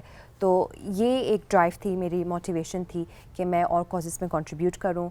और डेफिनेटली बाज़ बार डर भी लगता था कि अगर ये करूँगी तो पढ़ाई पे ध्यान नहीं दे पाऊँगी। और यूनिवर्सिटी में बाज़ वक्त ऐसा होता था कि सिर्फ 4 घंटे सोती थी, पढ़ाई भी करनी थी, ये काम भी करना था, but in the end it was all worth it. That's great. कितना सेंसिटाइज होता देखा आपने इस टॉपिक को, specially in the youth? I think काफ़ी ज़्यादा मोमेंटम बढ़ा गया है, और इसकी 2-3 चीज़ें यही है कि आपको समझना होगा कि यूथ किस तरह चीज़ें सीखना चाहते हैं, किस तरह समझते हैं। अब सिर्फ टेक्स्ट बुक में पढ़ना वो वाला ज़माना नहीं है। हमें सोशल मीडिया पे देखना है, हमें फ़न इवेंट्स देखने हैं, हमें लोगों से बात करनी है, नेटवर्किंग करनी है। तो जब हमने इस तरह के इवेंट होस्ट किए, लोगों से मुलाकात की, तब उनका इंटरेस्ट बढ़ा। और हर ह्यूमन बीइंग की नेचर है कि वो कुछ थोड़ा सेल्फिश है, वो चाहता है कि मुझे भी कुछ मिले इन रिटर्न। तो जब वो ये एजुकेशन हासिल करते हैं या करियर पाथ्स या नेटवर्किंग से जो कनेक्शंस बनते हैं, तो उन्हें मोटिवेशन होती है कि अच्छा this is worth my time. That's nice, that's very true actually. आपको करें ठीक है कंट्रीब्यूशन अपनी जगह, लेकिन at the end of the day आप सोचते हैं कि मुझे इससे हासिल क्या हुआ या मैं इससे किस तरह से बेनिफिट हासिल कर सकता हूँ, ना सिर्फ अपनी ज़ात के लिए बट जनरली भी। आप जब कोई फ़ायदा हासिल करेंगे तो उसको ट्रांसफॉर्म कर रहे होते हैं आप around you in the society as well. International events का होना और हमारी यूथ का कनेक्ट होना, लाइक फॉर एग्जांपल कुछ लोग यहाँ से हैं, कुछ मे बी US से होंगे, कुछ UK से होंगे, कुछ डिफरेंट और ख़ित्तों से होंगे, अफ्रीकन कंट्रीज से होंगे।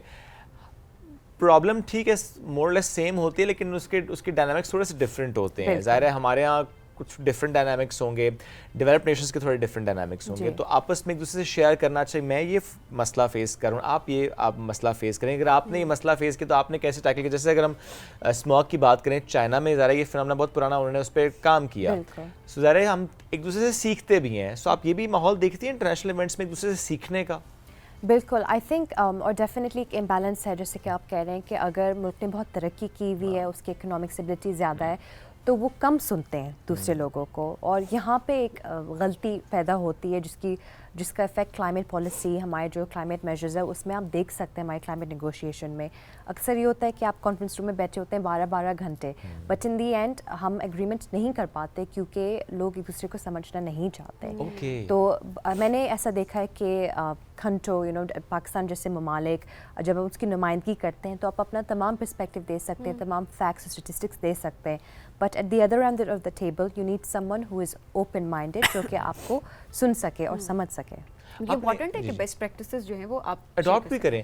लेकिन क्या ऐसा माहौल भी आपने देखा कि आपको जिसमें नजर आ अच्छा ये जो मुल्क है ये ज़्यादा फोकस नजर आ रहा है क्लाइमेट को लेकर और ये मुल्क थोड़ा सा प्रायोरिटाइज नहीं कर रहा है इस मामले को, ऐसा माहौल भी देखा आपने? जी, I think so. I think ultimately हर मुल्क में बहुत अच्छे हैं, बहुत ड्रिवन लोग भी हैं और बहुत डिस्कनेक्टेड लोग भी हैं। तो आई थिंक एक मुल्क का एक नुमाइंदे से उसकी प्रेजेंटेशन एक्सेप्ट करना फेयर नहीं है। फेयर नहीं है, तो ये भी मैंने एक सीखा है कि इट्स नॉट इम्पोर्टेंट कि अगर लीडर ऐसा है तो कंट्री भी ऐसी है। हाँ, दैट्स वेरी नाइस। अच्छा, हर तरह के लोग होते हैं। हाँ, जो एक चीज़ जो हम अक्सर देख रहे होते हैं इंटरनेशनल लेवल पे जो प्रोटेस्ट हो रही होती है, क्लाइमेट एक्टिविस्ट जो कर रहे होते हैं जी। अब आई डोंट नो, मैं आपका एक इसमें ओपिनियन ज़रूर लेना चाहूँगी जी। एक इतनी नायाब पेंटिंग है, उस पर पेंट गिरा देना, जी। कोई इवेंट है, कोई रनिंग, हम कुछ मैराथन्स देख रहे होते हैं, उस दौरान आकर कोई हसल क्रिएट कर देना, बिल्कुल इस तरह की हमने बहुत सारी देखी हैं कि वो प्रोटेस्ट होती हैं और वो पीसफुल बिल्कुल भी नहीं हो रही जी। डू यू थिंक कि इससे मसला हल हो सकता होता है, या फिर जो ये एक तरीका बड़ा ज़रूरी है कि डायलॉग हो, बातचीत हो, पॉलिसी हो, उसके बाद हर सेक्टर के जो लोग हैं वो इन्वॉल्व हों, क्रॉस सेक्टर कोलैबोरेशंस हों, क्या ये बेहतर तरीका होता है, या मामला इतना बिगड़ चुका है कि अब लोगों को अवेयर करने के लिए ये चीज़ बड़ी ज़रूरी हो गई है कि आपने कोई मेगा इवेंट जो है उसमें अटेंशन सीख करनी है या करवानी है क्लाइमेट चेंज की तरफ, और किसी भी तरह की प्रोटेस्ट कर देनी है? बिल्कुल आप सही कह रही हैं कि there is both sides of the coin, दोनों तरफ की आप पिक्चर देखें। तो सबसे पहले तो ये जो मेरा सक्सेस हुआ था यूनिवर्सिटी कॉलेज लंदन में, जो कि फॉसिल फ्यूल से उनकी एनर्जी आती थी, उन्होंने मेरे 3 साल में उन्होंने फाइनली एग्री किया कि हम फेज़ आउट करेंगे। और उस दौरान काफ़ी डिफरेंट डिपार्टमेंट्स और कैंपेन स्टूडेंट्स की जो कि इस तरह के काम कर रहे थे, उन्होंने बाकायदा प्रोफेसर्स को लॉक कर दिया था और काफ़ी वैंडलाइज किया था, पोस्टर्स वगैरह डाले थे, तो हर तरह की अप्रोच एम्प्लॉय की थी। पर जो मेरा सक्सेस आया वो यही था, मैंने कंटिन्यूस ईमेल्स की और जब एक बंदा रिप्लाई नहीं करता तो दूसरे दरवाजे पे नॉक आपने सही रास्ता चुना। बिल्कुल। तो बहुत दरवाज़ों पे जब मैंने नॉक की तो कोई ना कोई एक खुलता था, काफ़ी टाइम लगा, पर फाइनली जब मुझे वो सीट मिली कि मैं अपने चांसलर से बात कर सकूं और उसको मैंने कंटिन्यू रखा अपनी पढ़ाई के साथ साथ, तो उससे मुझे ये हासिल हुआ कि डिप्लोमेटिक कनेक्शन बना। उन्होंने हमारी बात समझी और वही बात आ जाती है कि एवरीवन इज़ सेल्फिश, उन्हें क्या मिलेगा इस चीज़ में, उनके लिए तो ये दिस इज़ अ यूनिवर्सिटी, लोगों की पढ़ाई हो, उन्हें पैसे मिले and that's the end of it. पर मैंने उन्हें समझाया कि जो नई रेगुलेशंस और रूल्स और उसके मुताबिक अगर आपको और स्टूडेंट्स को अट्रैक्ट करना है, क्लाइमेट एक बड़ा टॉपिक है, तो मुझे काफ़ी पिच करना पड़ा। उन्होंने वो बात समझी और इस चीज़ से सक्सेसफुल हुए और यूनिवर्सिटी कॉलेज लंदन एक ऐसी फर्स्ट यूनिवर्सिटी जिन्होंने पूरा डाइवेस्ट किया विद इन 3 years। ग्रेट। ये बहुत बड़ा सक्सेस है। कोई मैसेज आप देना चाहती हूँ हमारे सुनने वालों को with respect to this climate change? I think जो मैंने अर्ली बात कही थी कि आप अपना एक्शन घर पे शुरू करें, Yes. लोगों से बातें करें और अपने एक्शंस को कंसिस्टेंट करें। अगर आप कंफ्यूज हैं कि क्लाइमेट चेंज क्या है तो प्लीज़ अपने आप को एजुकेट करें। बहुत शुक्रिया लीजा, साथ मौजूद थी आप। Thank you very much. Thank you so much. हमें एक ब्रेक की तरफ बढ़ना है, ब्रेक से वापस आएंगे, रहिए हमारे साथ। ये है राइजिंग पाकिस्तान।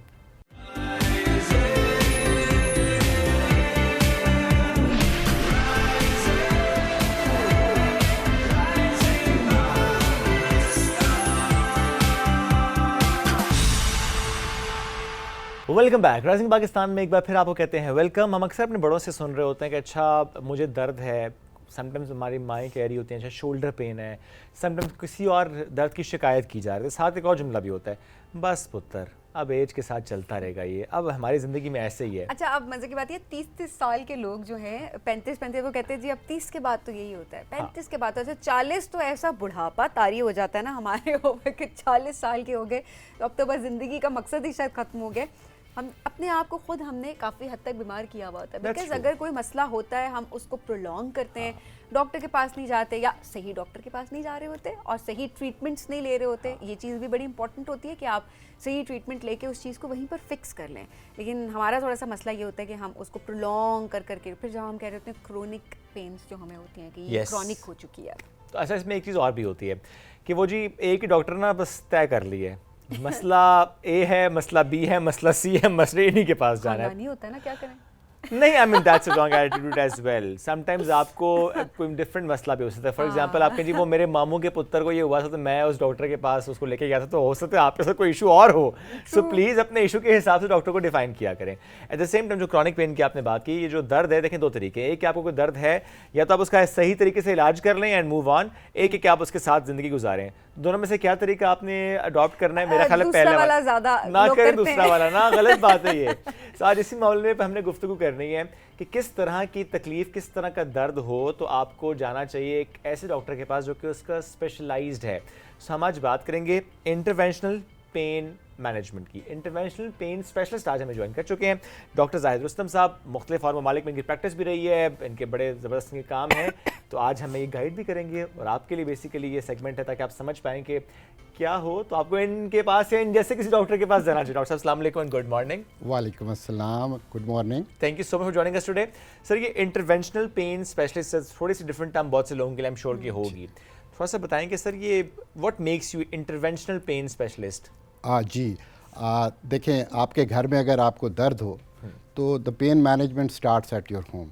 ठीक है, आपकी मदर करना शुरू कर देती हैं, आपकी वाइफ हैं तो वो करना शुरू कर देती हैं। ठीक है, अगर वहाँ से आप नहीं ठीक होते तो आप बाहर फार्मेसी से कोई मेडिकेशन ले लेते हैं। सही। वहाँ से नहीं ठीक होते तो आप जीपी के पास चले जाते हैं।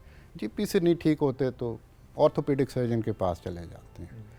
तो पेन मैनेजमेंट तो सारे करते हैं, सही, बट ये सारी pain management blanket pain management होती है। एक्चुअली घुटने में दर्द है तो जो भी डॉक्टर है या वो है वो ये मालूम नहीं करेगा कि दर्द कहाँ से आ रहा है। ओके, ठीक है, तो अ पेन स्पेशलिस्ट और an interventional pain specialist basically ये वो लोग होते हैं जिनकी अलग से ट्रेनिंग होती है, 1 ईयर 2 ईयर 3 ईयर्स। ठीक है, और यूजुअली 2-3 फील्ड्स के लोग होते हैं जो इसमें जाते हैं। एनेस्थीसियोलॉजी है या फिजिकल मेडिसिन एंड रिहैब है या न्यूरोलॉजी वाले लोग हैं, ये जाते हैं।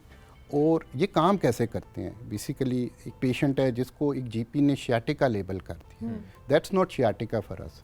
We will try to find out कि जी उसकी कौन सी नर्व रूट जो है उसके ऊपर प्रेशर है जिसकी वजह से उसका कमर का दर्द है और टांग में जा रहा है। ओके, और then we will devise a treatment जो कि उसको बड़ी स्पेसिफिक हो और जो ट्रीटमेंट है वो उसी जगह पे पहुंचे जहाँ पे प्रॉब्लम है और जो पेशेंट है वो मिनिमम पॉसिबल टाइम में बेस्ट ट्रीटमेंट के साथ ठीक हो जाए and again becomes a part of the society.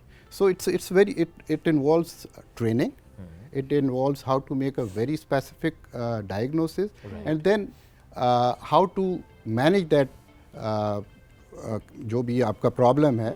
And usually we use needles.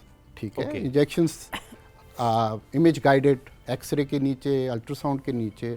The idea is to put the medication very close to the site of pathology, जहाँ पे problem है उसके बिल्कुल करीब जाके आपने इलाज करना है। या तो इन्फ्लेमेशन को ख़त्म करना है या नर्व जो है उसके जो सिग्नल्स पेन के जा रहे हैं उनको ब्लॉक करना है या उनको मॉड्यूलेट करना है। तो बेसिकली इंटरवेंशनल पेन स्पेशलिस्ट इनकी काफ़ी ज़्यादा लंबी ट्रेनिंग होती है और उसके बाद once you become a pain specialist और to be more specific you become an interventional pain specialist. Okay doctor साहब, वैसे जनरली किस तरह के पेशेंट्स आपके पास? देखें जी, वी कांट सी एवरीवन।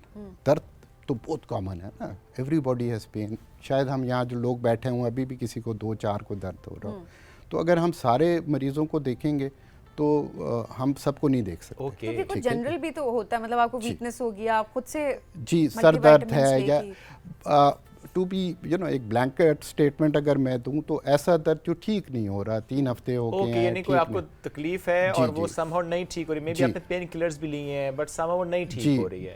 जी बिल्कुल, वो ठीक नहीं हो रही, 3 हफ्ते से ज़्यादा टाइम गुजर गया है आपने जो है। और प्लस एक चीज़ और ज़रूरी है जो हम अपने डॉक्टर्स को सिखाते हैं, रेड फ्लैग्स ना हो। ठीक है जी, सपोज़ किसी को कमर में दर्द है और सबसे पहला काम जो है वो मरीज़ के रेड फ्लैग्स देखना है। जैसे कि अगर मरीज़ को पेशाब पखाना करने में दिक्कत हो रही है, this is a red flag, it needs immediate treatment. Okay, अगर किसी का वेट लॉस हो रहा है, फीवर हो रहा है, ठीक है, न्यूरोलॉजिकल वीकनेस, उसको पट्ठों में कमज़ोरी हो रही है, तो these are red flags, they should see us as early as possible. ये इमरजेंसी सिचुएशन हो सकती है। आई थिंक हम इसको थोड़ा सा अगर यूं कर लें कि हम बारी बारी पेन को डिफाइन कर लेते हैं। जैसे let's start with the back pen, बड़ा कॉमन है, चाहे मिडल एरिया में हो रही है, चाहे लोअर बैक हो रही है। तो बैक पेन के जो मरीज़ होते हैं, थोड़ा सा आप बताएं कि जो आपके पास आ सकते हैं कि कैसी बैक पेन हो, कितने अरसे से बैक पेन हो तो आपके पास आएँ, और फिर जब आपके पास आते हैं तो क्या किस तरह से हिस्ट्री ली जाती है, कैसे टेस्ट होते हैं, कैसे इलाज होता है? जी, जैसे कि मैंने बताया कि we should not see all the pain. ठीक है, मोस्ट ऑफ द पेन खुद ही चले जाते हैं। ठीक है ना, और रेड फ्लैग्स नहीं होने चाहिए। मगर एक पेशेंट है जिसको 3 हफ्ते से ज़्यादा ट्रीटमेंट हो गई है और वो उसका दर्द ठीक नहीं हो रहा, या दर्द इतना शदीद है जो आपको रोज़मर्रा के काम नहीं करने दे रहा, तो these are the patient which should see us. ठीक है। अब एक बहुत कॉमन कंप्लेन है जिसको आम ज़ुबान में शियाटिका कहा जाता है जी। Basically sciatica is any pain originating from back and going into the leg with numbness and tingling। ठीक है ना जी। तो ये यूजली हमारी जो बैक है उसमें वर्टिब्रीज होते हैं, मोरे जिनको कहते हैं, उनके दरमियान में डिस्क होती है। अगर वो डिस्क स्लिप हो जाए और वो नर्व को इरिटेट करे तो उसकी वजह से बहुत सीवियर किस्म का दर्द होता है जो कमर से होता हुआ टांग में जा रहा होता है।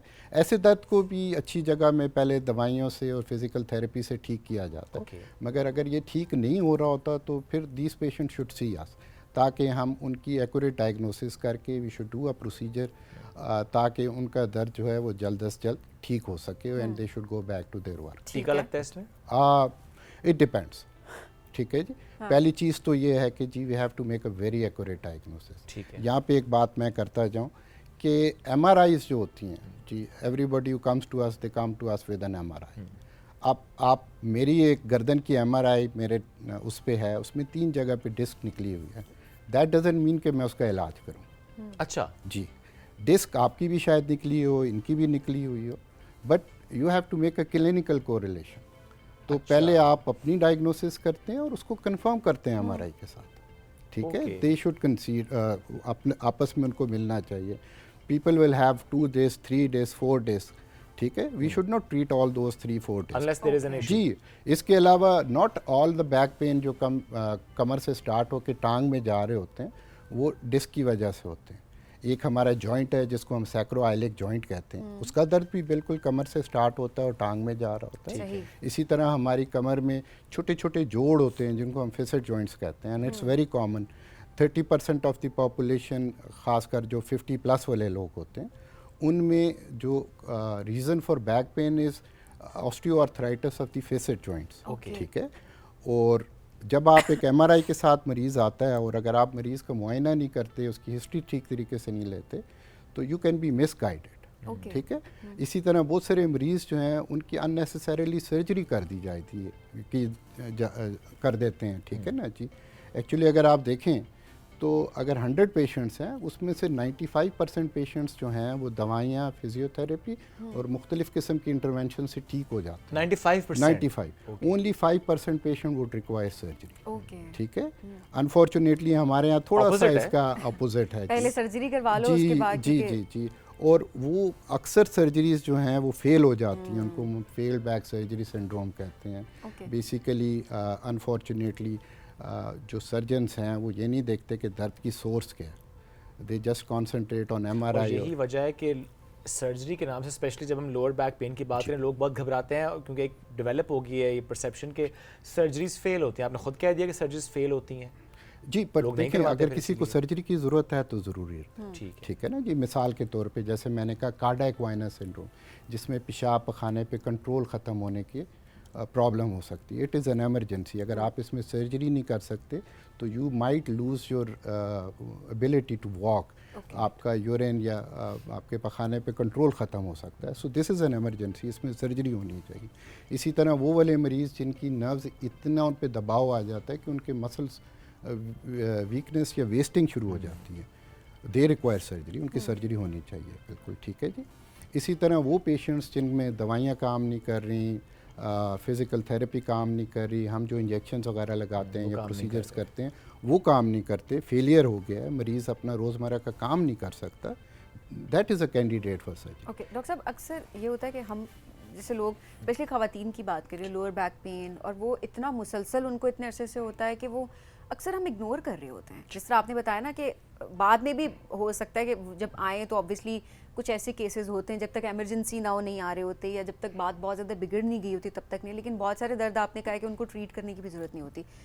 कि क्या ऐसे सिम्टम्स होते हैं कि मरीज़ को शुरू से ही मसले को पकड़ लेना चाहिए और डॉक्टर को ही विजिट करना चाहिए, सो दैट जो नर्व काफ़ी डैमेज हो जाती है, हम जा रहे होते हैं तो हम उससे पहले, उस मसले को बिगड़ने से पहले उसको हम सॉर्ट आउट करें? जी देखें, एक तो जब भी नर्व इन्वॉल्व होगी तो वो पेन हल्का फुल्का दर्द नहीं होता। अच्छा। वो काफ़ी स्वेयर पेन होता है।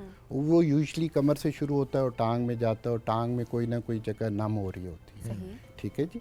ऐसे पेशेंट को भी इनिशियली दवाइयाँ और फिजियोथेरेपी से ट्राई करना चाहिए, मगर अगर वो नहीं ठीक होते तो हमारे पास जिस दर्द की आप बात कर रही हैं कि क्रॉनिक लो बैक पेन, ये मोस्टली जो है ये ख़वातीन में बेसिकली आफ्टर प्रेगनेंसी उनके जो लिगामेंट्स होते हैं वो ड्यूरिंग प्रेगनेंसी थोड़े से ढीले हो जाते हैं, अल्लाह का निज़ाम है। बिल्कुल सही। तो उसके अलावा जो ख़वातीन हैं वो फिर चाइल्ड बर्थ के बाद कोई ख़ास एक्सरसाइज नहीं करती। अगर कोई एक्सरसाइज करती भी हैं तो वो रनिंग करती हैं या वॉक करती हैं। अब आप बताएं, आप में से जो लोग जिम जाते हैं, if they have to develop their biceps, what would they do? They will run और या इसी तरह एक्सरसाइज, कमर की एक्सरसाइज अगर आप स्पेसिफिक एक्सरसाइज नहीं करेंगे तो वो मसल्स कभी भी दोबारा से बेहतर नहीं होंगे, डेवलप नहीं होंगे और ये पेन जो है ये बढ़ता जाएगा। इसके अलावा जो पोस्चर है वो बहुत इम्पॉर्टेंट है, ठीक है ना जी। वेट लिफ्टिंग जो है, this is one of the most common cause कि जी आपकी डिस्क रप्चर हो जाए और उसको आप बेसिकली आपने देखा होगा कि जी जो वेट लिफ्टिंग वाले भी लोग हैं वो ऐसे कभी भी नहीं उठाते, यूजली दे सिट डाउन और उसके बाद उठाते हैं, because Allah has not you know designed our back कि हम उसको इस तरह उठाएं, ठीक है ना। तो उसके लिए बैठना पड़ता है और फिर वज़न को उठाना पड़ता है। I usually tell my patients कि टार्जन साहब जो हमारे हैं ना बचपन के, अगर वो भी गलत तरीके से वज़न उठाएंगे तो उनको भी टार्जन साहब भी आपके पास ही आएंगे उनको भी शैटिका हो जाएगा। तो ये अर्गोनॉमिक्स और कमर का ख्याल करना और एक्सरसाइज करना, these are very very important. Even हम कोई अगर प्रोसीजर करते भी हैं तो हम पेशेंट को ऐसे नहीं जाने देते, we want him to be in an active rehabilitation program. Okay. और usually we send them to physical therapist. तो वो उनको प्रॉपर एक्सरसाइजेस बता देते हैं, करा देते हैं और आजकल तो आसान है, आप नेट से भी देख सकते हैं। बिल्कुल ऐसे ही। बट एक आध दफ़ा आपको फिजियोथेरेपिस्ट के पास जाना चाहिए। आप एक दफ़ा सीख लें सही तरीके से और स्पेशली गूगल पे रिलाई, यूट्यूब पे ऐसे ट्यूटोरियल्स देख के, क्योंकि अगर exercise is like taking medication, इसका ड्यूरेशन है, इसकी टाइमिंग है, इसकी इंटेंसिटी है, ठीक है ना जी, ये सारी चीज़ें आपको पता होनी चाहिए, ठीक है। अदरवाइज़ या तो आपको उसका फ़ायदा नहीं होगा या उसका नुकसान भी हो सकता है। तो इसलिए जब भी आपने एक्सरसाइज करनी है, रैंडमली आपने गूगल से देख के आपने एक्सपर्ट से राय लेनी है, सीखनी है और उसके बाद परफॉर्म कर सकते हैं। सब घुटनों के दर्द की अगर बात, हाँ जी, घुटनों का दर्द जी वेरी कॉमन। हमारी प्रैक्टिस में हम जो ज़्यादा मरीज़ देखते हैं वो एल्डरली होते हैं और उसमें ख़वातीन ज़्यादा है। जी ख़वातीन जी, बेसिकली एक कंडीशन जिसको osteoarthritis of the knee, basically ये क्या है, ये वेयर एंड टेयर है। तो हमारे जो घुटने हैं ये दो हड्डियां हैं, एक ऊपर है एक नीचे है, दरमियान में आप समझ लें नरम हड्डी कहा जाता है या कार्टिलेज कहा जाता है। अब विद एडवांस एज और वो लोग जिनकी टांगें टेढ़ी होती हैं, वज़न ज़्यादा होता है, तो ये घिसना शुरू हो जाती है, उसकी वजह से दर्द आता है। और एक स्टेज ऐसी आती है जब बोन ऑन बोन, कार्टिलेज बिल्कुल ख़त्म हो जाता है और बोन ऑन बोन, इसको हम ग्रेड 4 ऑस्टियोआर्थराइटिस कहते हैं। तो बेसिकली हमारी प्रैक्टिस में हम ये वाले मरीज़ ज़्यादा देखते हैं। इसके अलावा और पेशेंट्स भी हैं जिनको घुटनों में दर्द हो रहा होता है, मगर वो उसका और रीज़न होता है, वो दैट्स इजी टू मैनेज। मगर ये वाले पेशेंट्स जो जिनका ऑस्टियोआर्थराइटिस ऑफ द नी है, ये थोड़े से चैलेंजिंग पेशेंट्स होते हैं। ओके, क्या इसमें नी रिप्लेसमेंट की ऑप्शन जी देखें, मेरे पास जो भी पेशेंट्स आते हैं हम उनको कहते हैं knee replacement is the best option. अच्छा, दैट्स द बेस्ट ऑप्शन। अब एक मिथ ये है कि जी ये यंग लोगों के लिए होता है, बूढ़े लोगों के लिए। In fact it is for old Elder people, ठीक है।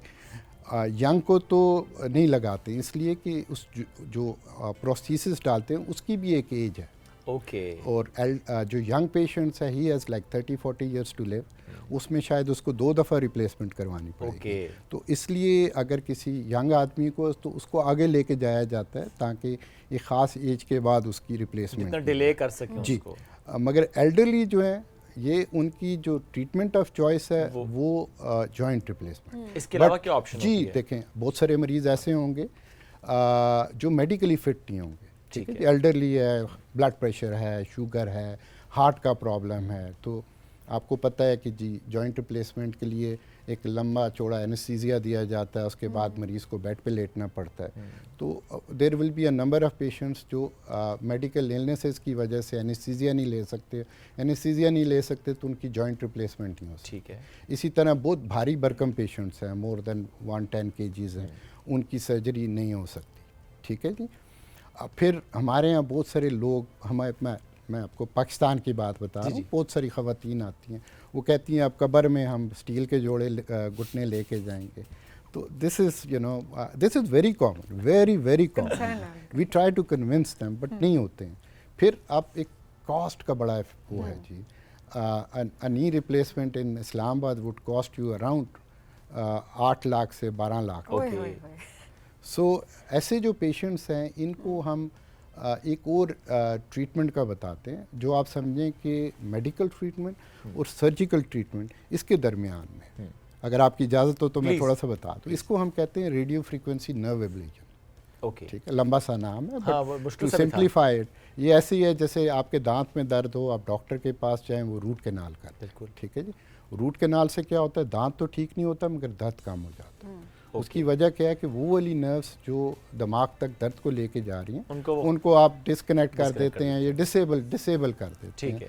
तो बिल्कुल इसी तरह घुटने में 1 2 3 4 नर्व्स होती हैं, उनको हम एक्सरे के नीचे देखते हुए या अल्ट्रासाउंड के नीचे देखते हुए एक ख़ास मशीन के साथ, जिसको रेडियो फ्रीक्वेंसी जनरेटर कहा जाता है, उसके साथ हम वहाँ पे पहुँच के उन नर्व्स को डिसेबल कर देते हैं। अच्छा, अब घुटना अंदर से तो ठीक नहीं हुआ मगर पेशेंट जो है उसका दर्द काफ़ी बेहतर हो यानी जाता वो भले चलते फिरते वो बोन से बोन रगड़ खा रहे, लेकिन दर्द नहीं हो रहा। जी, दर्द नहीं हो रहा है या कम से कम हो गया, मेडिकेशन कम हो गई है। Patient can sleep well at night. घर के अंदर चल फिर सकते हैं, घर के बाहर किसी हद तक चल सकते हैं। सेंसस का मसला भी होता है इसमें? जी देखें, आपका सवाल बड़ा वैलिड है कि pain is a protective mechanism. अगर पेन नहीं रहेगा तो चीज़ें ख़राब हो जाएगी। जी बिल्कुल आपकी बात सही है, but what we are doing is we are only targeting the nerves जो कि पेन सेंसेशन जॉइंट से लेके आ रही है, नॉट इवन आस पास से। ठीक है, और उसमें से भी वी टारगेट अराउंड 70-75%। ओके, यानी पेन कम हो जाता है। जी, पेन कम हो जाते हैं। इसको यूजुअली हम कंबाइन करते हैं PRP से। आपने नाम सुना होगा अक्सर ख़वातीन। हमें तो स्किन के पर्सपेक्टिव से पता है बालों जी, PRP बेसिकली क्या चीज़ है, ये प्लेटलेट्स हैं। हमारा जो ब्लड है उसमें रेड ब्लड सेल्स होते हैं, वाइट ब्लड सेल्स और प्लेटलेट्स होती हैं। ठीक है ना। तो ये हम 10, 15, 20 ml ब्लड लेते हैं और उसमें से फिर हम एक ख़ास प्रोसेस से प्लेटलेट्स जो हैं उनको इकट्ठा कर लेते हैं और उन प्लेटलेट्स को दोबारा हम घुटने में या एनी एरिया ऑफ इंजरी उसमें इंजेक्ट कर देते हैं। अब ये प्लेटलेट्स जो होती हैं, अल्लाह ताला ने उनमें बहुत सारे ग्रोथ फैक्टर्स रखे हैं, तो ये खाद की तरह है। ठीक है जी। तो ये अंदर जाके जो थोड़ी बहुत माइक्रो इन्वायरमेंट है उसको चेंज कर देते हैं, रिकवरी कर देते हैं। तो ये दोनों चीज़ें मिला के आई would say 90% of our patients, I have done more than 1000 procedures in Pakistan जब से मैं वापस आया हूँ। Alhamdulillah, I would say around 90% of the patients, they're very satisfied with their life, their quality of life has improved. All those patients जो इतने महंगे procedures afford नहीं कर सकते, तो उनके तो वाकई ये बहुत this would cost them around अगर 1/10 of the cost which they would take। Okay, अगर वहाँ पे सेशंस PRP के कितने रिक्वायर्ड होते हैं? पेशेंट टू पेशेंट वेरी करता है या मैक्सिमम होते हैं? जी, बेसिकली इट डिपेंड्स कि आप किस किस्म का प्रोसीजर कर रहे हैं। अब आई नो कॉस्मेटिक्स में थोड़े से ज़्यादा किए जाते हैं। हम यूजुअली 3 to 4 करते हैं, 2 to 3 वीक्स इंटरवल, 1 मंथ में भी कर सकते हैं। जिसमें सबसे पहले आपने वो इंजेक्शंस लगाए जिसमें आपने कहा कि पूरा चेक करके कि एग्जैक्टली पेन कहाँ से ट्रेवल हो रही है, तो उसको सुन कर दिया या डिसेबल कर दिया समहाउ 70-80%। उसके बाद PRP के सेशंस हुए? जी, 3 PRP सेशंस। और उसके बाद जो आप बता रहे हैं कि काफ़ी हद तक एंड ऑफ कोर्स रिहैब जो है वो बहुत ज़रूरी है। दैट मींस आपके पट्टे जो हैं वो देखें, अगर आपका घुटना ख़राब हो गया तो the only thing which can help you is your muscles.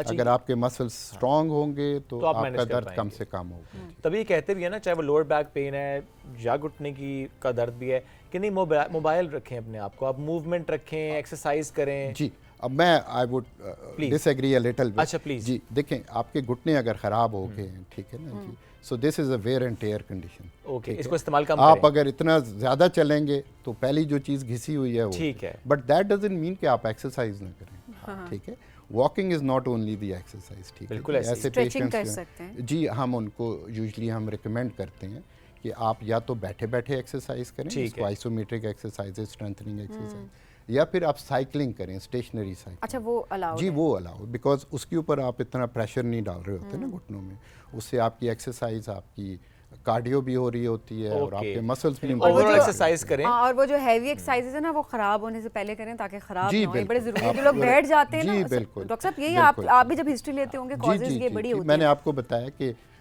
वजन का ज़्यादा होना is a big risk factor for developing osteoarthritis. इसके अलावा टांगे लोगों की टेढ़ी होती हैं, कभी ज़िंदगी में तवज्जो ही नहीं देते। डॉक्टर साहब वैसे तो बहुत सारी चीज़ों के बारे में हम बात कर रहे हैं और ज़ाहिर है वक्त मुख्तसर ज़रूर है, लेकिन हम बढ़ेंगे एक ब्रेक के जाने। ब्रेक से वापस आएंगे तो मज़ीद किस तरह के दर्द होते हैं, हमें पेन को किस तरह से हम ख़त्म कर सकते हैं, नए नए तरीके कौन से आगे, इस पर हम कंटिन्यू करेंगे डिस्कशन। Stay with us.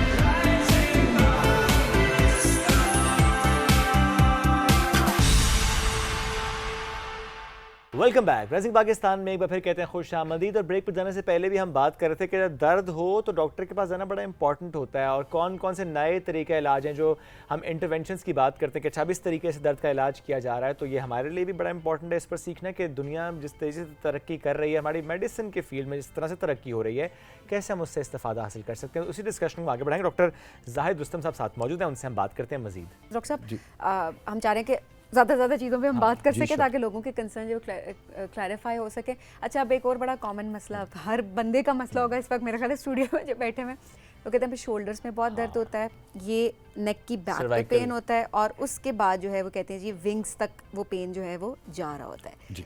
इसकी क्या रीजंस होती हैं और क्या ये भी कोई कॉम्प्लिकेशन इख्तियार कर जाता है आगे चल के? जी, shoulder pain is very common, ठीक है, but it is very rewarding इसका मैनेजमेंट जो है, क्योंकि ये it's very responsive to treatment. Okay, ठीक है जी।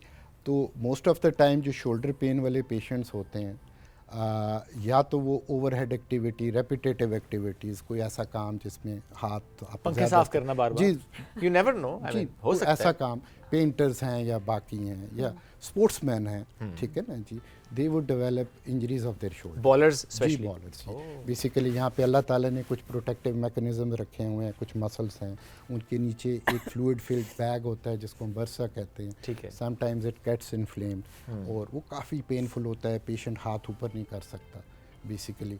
तो वो अब उसके साथ जब हमारे पास पेशेंट्स होते हैं, what you have to do is you just have to do the examination, try to find out the structure at fault, and by ultrasound के साथ we go and we put some medication inside, Okay. जिससे वो inflammation ख़त्म हो जाती है और patient ठीक हो जाता है। Right. But again it should be followed by rehab. Okay, ठीक है जी। इसके अलावा एक और कंडीशन जिसको फ्रोजन शोल्डर कहा shoulder. जाता है, ठीक है जी। अब फ्रोजन शोल्डर का एग्जैक्टली हमें नहीं पता ये किस वजह से होता है, मगर देखने में ये आया है कि जी वो लोग जो डायबिटिक्स होते हैं, डायबिटीज़ वाले लोग जो होते हैं, उनको फ्रोजन शोल्डर डेवलप होता है। ओके, ठीक है ना जी। इसके अलावा जिन लोगों को चोट लगती है और वो अपना हाथ नहीं हिलाते, उनको फ्रोजन शोल्डर होता है। ओके, अब not every pain in the shoulder is frozen shoulder. I see lot of diagnosis coming to me as frozen, कंधे पे हाथ रखा है नहीं तो फ्रोजन शोल्डर। सही। फ्रोजन शोल्डर बेसिकली इसकी 3 स्टेजेस होती हैं, ठीक है, और मैं लोगों को इसी तरह ही समझाता हूँ कि जी फ्रोज़न का क्या मतलब है, जम जाना। तो ये पानी की तरह है, ठीक है, पानी बाहर पड़ा है तो पानी है, फ्रिज में रखेंगे जम जाएगा, फिर निकालेंगे फिर पानी फिर हो पानी बन जाएगा। तो फ्रोज़न शोल्डर भी ऐसे ही है, ये पहले ठीक होता है, फिर ख़राब होता है, फिर ठीक हो जाता है। अगर हम इसका कोई इलाज ना करें फिर भी ये ठीक हो जाएगा, but it will take around 3 years। Okay, ठीक है, तो इसलिए डॉक्टर को इलाज करना पड़ता है। और इसमें 2 चीज़ें होती हैं, इसमें एक तो पेन होता है और एक रिस्ट्रिक्शन ऑफ मूवमेंट होती है। जैसे मर्द हैं वो अपने पिछले हाथ जेब से कुछ चीज़ नहीं निकाल सकते, ख़वातीन जो हैं अपना हेयर वगैरह अपने आप को नहीं कर सकती, ठीक है ना जी। तो 2 चीज़ें हैं, बट रिस्ट्रिक्शन ऑफ मूवमेंट की वजह से हमारे पास लोग नहीं आते। पेशेंट्स जो आते हैं वो ज़्यादातर हमारे पास पेन की वजह से आते हैं कि पेन है इसको जी, ट्रीट कर पेन दिया जो जाए। है। और यूजुअली ये वाला पेन जो है ये दवाइयों और फिजियोथेरेपी से ठीक नहीं होता। नहीं होता, इसके लिए वही करना पड़ता है वो जो जी, इसमें को बेसिकली disable- नहीं, इसमें बेसिकली हम जो है स्टीरॉयड इंजेक्शंस लगाते हैं अच्छा। कंधे के अंदर, ठीक है। ओके। और इसको लिटरेचर में फ्रोजन शोल्डर को स्टीरॉयड रिस्पॉन्सिव आर्थराइटिस भी कहा जाता है। ओके, सो 2 to 3 इंजेक्शंस या कुछ और टेक्निक्स है, जिस तरह एक हाइड्रोनीमोडाइलिटेशन है, बेसिकली उसमें हम कंधे के अंदर जाते हैं और जो कैप्सूल छोटा हुआ होता है उसको हम फ्लूइड के साथ और ओजोन गैस के साथ उसको खोलते हम हैं। खोल देते हैं ओजोन गैस के साथ ये भी जी, जी। तरीका इलाज काफी आजकल जी, इस पर जी, बात जी, हो रही है कि ओजोन गैस से आप पेन को ट्रीट कर रहे जी, होते बिल्कुल, हैं, जी। इसमें क्या होता है? जी, बेसिकली ओजोन तो आपको पता है बिल्कुल। अल्लाह ताला ने ऊपर रखी हुई है, मगर हम जो ओजोन जनरेट करते हैं वो ओजोन जनरेटर से होती ठीक है। है, ठीक है ना जी। ऑक्सीजन जाती है और मशीन से गुजरती है और ओजोन बन के आ बिल्कुल, ठीक जाती है। है। अब ओजोन गैस में अल्लाह ताला ने चंद एक खासियतें रखी हैं। एक तो ये एनर्जेसिक का मतलब क्या है कि दर्द का आराम ठीक देती है। है, ठीक है। दूसरा इसकी एंटी माइक्रोबियल एक्टिविटी है, ओके। ठीक है। और तीसरा ये जो हमारे सेल्स के अंदर एक पावर हाउसेज होते हैं माइटोकॉन्ड्रिया, उनको इम्प्रूव करती है। ओके। तो ओजोन जो है इसके काफ़ी ज़्यादा फ़ायदे हैं। हम कमर के इलाज में भी यूज़ करते हैं और जोड़ों के इलाज में भी यूज़ करते हैं। तो ये सारी चीज़ें जब हम मिलाते हैं तो इसका रिस्पांस काफ़ी बेहतर होता है। ओके। अदरवाइज़ पेशेंट बेचारे अगर उनको पता नहीं है कि जी किस जगह पे जाना है, कौन सी जगह पे जाना है, तो वो बेचारे लिंगर ऑन करते रहते हैं और उनकी quality of life Fairlie compromised होती है, बिकॉज एडेसिव कैप्सुलाइटिस या frozen shoulder is a very painful condition. जब रात आप सोते हैं आप सो नहीं सकते, आपको जो है इतना दर्द होता है। कुछ लोग एक बिल्कुल शिकायत करते हैं कि हम जब सो रहे हैं नींद ही नहीं आती, जी, पेन है बिल्कुल, शोल्डर जी, में या बिल्कुल। सर्वाइकल एरिया में। जी, और फिर एट टाइम्स हमें काफ़ी टाइम लग जाता है, बड़ी मुश्किल आती है कि हम पेशेंट को कन्विंस कर सकें कि हम आपके कंधे के अंदर इंजेक्शन लगाएंगे तो आप ठीक हो। ओके। और ये स्टीरॉइड से भी अक्सर डर जाते हैं ना कि जी, स्टीरॉइड एक तो होता है जी। वेट गेन होना शुरू हो जी, जाएगा। थैंक यू वेरी मच, आपने ये वाला सवाल किया, बड़ा अच्छा सवाल किया।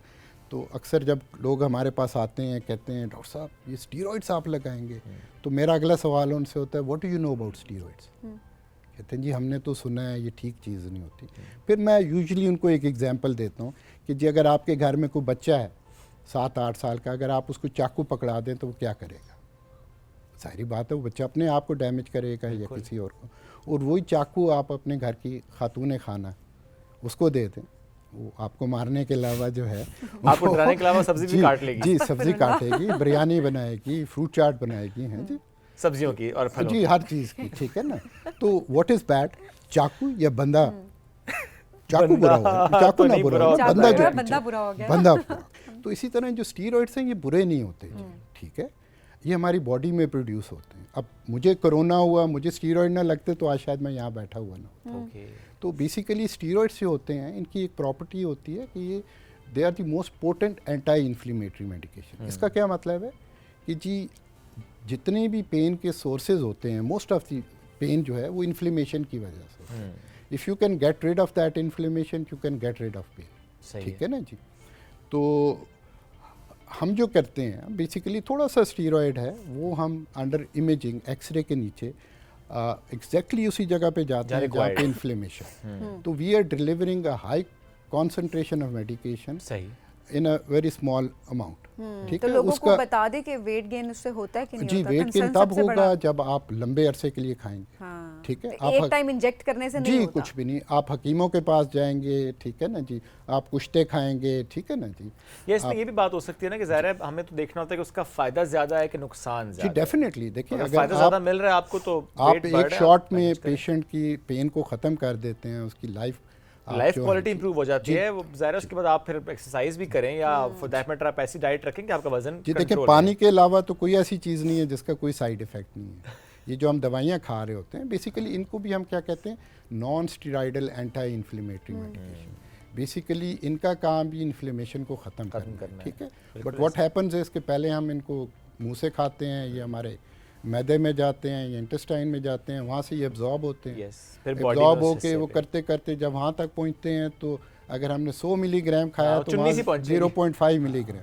तो बेहतर नहीं है कि हम एक Direct उस इंजेक्शन के required जगह पे बिल्कुल उसी पहुंचाएं। जगह पे That's absolutely इतनी दवाई दें जिससे आपको कोई साइड इफेक्ट नहीं हो। But of course one has to be really expert in delivering that medication. Absolutely. क्योंकि अगर आप गलत जगह पे मेडिसिन या स्टीरॉइड्स लगाएंगे उसका नुकसान तो होगा। उससे रप्चर हो सकता है, आपके लिगामेंट रप्चर हो सकते हैं, आपकी बाकी चीज़ें हो सकती हैं। एब्सोल्युटली। तो इसलिए it should be done by a person who is specifically trained. Specialized जो बंदा है। जी बिल्कुल, Absolutely. इसीलिए बच्चे के पास चाकू नहीं पकड़ाना आपने, you have to Expert give को द देना। Knife to the right person. जो किचन में काम कर रहे हैं। जी, बिल्कुल। सर वक्त मुख्तसर है, लास्ट क्वेश्चन। एक बड़ा कॉमन इशू जो कि ख़वातीन ज़्यादा या तो फेस करती हैं या उसकी शिकायत करती हैं, हम अपने घरों में भी देखते हैं, उनसे पूछो तबीयत ख़राब का तो कहेंगे हाँ जिस्म में दर्द हो रहा है। बंदा कहता है मतलब ठीक है इससे पहले बात है शोल्डर पेन, नी पेन, मतलब दर्द हो रही है। कम जुल्म किया करें ना आप लोग औरतों पे। I mean, जी I would agree with her Thank in you, the doctor, sense कि thank you. जी बेसिकली आप जिस चीज़ की बात कर रहे हैं इसको हम डिफ्यूज पेन कहते हैं। डिफ्यूज पेन, जी, ओके। ठीक है जी।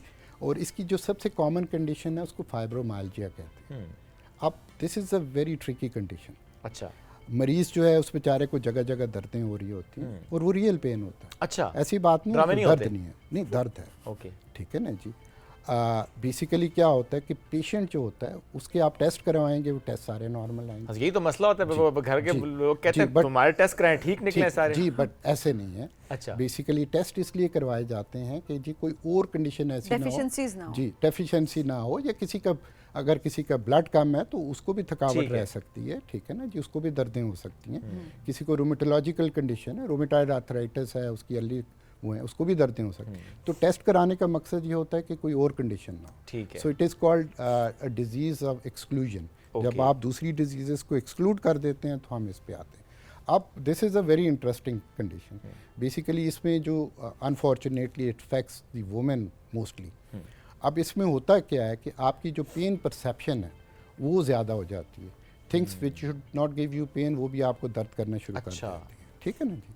इसके अलावा चंद चीज़ें और होती हैं। मोस्ट ये देखा गया है कि ऐसे पेशेंट्स जो हैं उनको एसोसिएटेड डिप्रेशन, एंग्जाइटी इस तरह की होती हैं। अब समबडी हु हैज़ डिप्रेशन या एंग्जाइटी है वो क्या करते हैं, अपने मसल्स को हर वक्त टाइट रखते हैं विदाउट इवन, जैसे हमारा हार्ट चल रहा है हमें नहीं पता। तो इस तरह वाली ये ख़वातीन जो हैं अपने मसल्स को टाइट रखती हैं, अपने कंधों के आसपास वाले मसल्स या एनीवेयर। उससे क्या होता है कि मसल्स में नॉट्स लग जाती हैं। आपने नाम सुना होगा ट्रिगर पॉइंट्स या थिंग्स लाइक दैट। अब वो उनको जब ब्लड नहीं मिलता तो उनको दर्द होना शुरू हो जाता है। तो बेसिकली फाइब्रोमाइल्जिया जो है ये एक आप समझें कि डिफ्यूज़ पेन जो है उसकी कंडीशन है, and it's one of the most difficult conditions to handle या ट्रीट करना, बिकॉज पेशेंट जो है वो बेचारा डिप्रेस हो चुका होता है। He has been to so many doctors, उसको जवाब नहीं मिल रहा होता है। इमोशनल सपोर्ट नहीं होती ना, बिकॉज़ एक्सेप्टेंस ही नहीं है जी, एक चीज़ बिल्कुल। जो जी फेस बिल्कुल। मैं आई वुड से कि मेरी एक बहुत सारे जो मेरे पेशेंट्स हैं ख़वातीन, they come with this condition, और अल्हम्दुलिल्लाह we have very good results. मेरे ख्याल से उन रिजल्ट्स की सबसे बड़ी जो वजह है वो ये है कि I talk to my patient. Sometimes एक कंसल्टेशन घंटा घंटा ले लेती है, okay, because we have to explain to the patient कि जी दिस इज़ रियल पेन, इसकी पैथोफिजियोलॉजी ये क्यों हो रहा है। ओके, ठीक है ना जी, और इसके पीछे क्या फैक्टर्स हैं। अब it is very difficult for all of us कि जी हम किसी को ये कहें कि जी हमें डिप्रेशन है या एंग्जाइटी है। बेसिकली मिथ है ना कि ये एक रीज़न होती है सिर्फ एंजाइटी, डिप्रेशन, उसको अगर आप मैनेज कर लेते हैं तो आपका पेन जी मैनेज देखें होना ये शुरू हो इंटर जाता है। रिलेटेड आपस में। ठीक ठीक है, है। तो चंद दवाइयाँ हैं जो दी जाती हैं, ठीक है, मगर इसके अलावा जो मेंटल हेल्थ है उसका बहुत काउंसलिंग ज़्यादा इसमें इंपॉर्टेंट रोल प्ले करती है। जी मेंटल हेल्थ का बहुत ज़्यादा। We usually ask the patient to see the psychologist, वो उनको कॉग्निटिव बिहेवियर थेरेपी या रिलैक्सेशन टेक्निक्स बताते हैं। Okay. तीसरी चीज़ जो है वो एक्सरसाइज है। एक्सरसाइज करना इज़ एब्सोल्युटली इम्पॉर्टेंट। ये इसमें वो वाली एक्सरसाइज में आप दोनों एक्सरसाइजेस करें। सही। एक चलने वाली जो जनरल रिकंडीशनिंग एक्सरसाइजेस है, कहते हैं ना वर्जिश करने के बाद बंदा शाश पे शाश बिल्कुल। होता है। तो बेसिकली ऐसे पेशेंट्स जो होते हैं इनके ब्रेन में कुछ केमिकल्स की डेफिशिएंसी हो जाती है।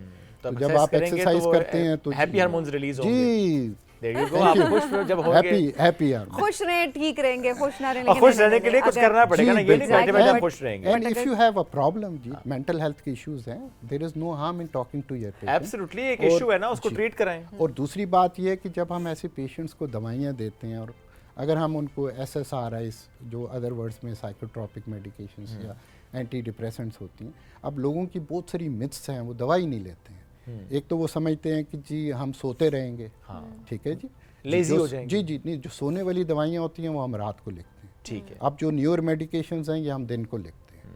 ठीक है, दूसरा उनको होता है कि जी इससे आदत हो जाएगी, बिल्कुल आदत नहीं होती जी। ओके। ठीक है, we give it for 5-6 months up to 1 year, फिर डिसकंटिन्यू जी फिर डिसकंटिन्यू कर देते हैं। और तीसरी चीज़ जो डॉक्टर अक्सर समझाते नहीं है मरीज़ को, वो ये है कि जी इनके जो इफ़ेक्ट्स हैं वो एटलीस्ट 5 वीक्स के बाद आना शुरू होते हैं। अब मैंने आपको मेडिकेशन प्रिस्क्राइब की, मैंने आपको समझाया नहीं, आप 10 दिन बाद दवाई खाएंगे, उसके बाद आपको लगेगा आपको कोई फर्क ही नहीं पड़ रहा, आप कहेंगे आप दवाई छोड़ समझेंगे दो। इस डॉक्टर को मेरी बीमारी का पता नहीं चला, तो आई शुड गो टू या अनदर। इलाज ठीक नहीं हो रहा, चलो जी, इसका छोड़ो, अगले के पास unfortunately चले जाते हैं। हाँ। these patients they will come with this much of a big file. किसके पास भी गए, इसके पास भी गए, इसके और पास सब भी वक्त गए। बड़ा मुख्तसर था, सवाल तो अभी भी हम सबके जहनों में बहुत सारे हैं, लेकिन आपने बड़ा अच्छा दरिया को कुज़े में बड़े अच्छे तरीके से आपने हर पेन के लिहाज से उसको बंद करने की कोशिश की है। बहुत शुक्रिया। जी, प्रोग्राम मेरा में बस हमें एक ही वक्त मैसेज देने है के लिए। जी, डॉक्टर कि जी अगर आपको कोई पेनफुल कंडीशंस हैं जो ठीक नहीं हो रही, जो क्रॉनिक हैं, तो instead of going to different doctors see a pain specialist. Doctor साहब बहुत शुक्रिया प्रोग्राम में वक्त देने के लिए। वक्त बड़ा मुख्तसर था, लेकिन जाहिर है बहुत सारी चीज़ें जो हम डिस्कस कर सकते थे वो हमने ज़रूर किया आप लोगों के साथ। लेकिन एंड में क्या है, अपना ख्याल बहुत ज़्यादा रखें, ये बहुत ज़्यादा इंपॉर्टेंट है। हमेशा कहते हैं ना कि सेल्फ केयर, ये अगर आप अपना ख्याल नहीं रखेंगे कोई आपका ख्याल नहीं रखेगा।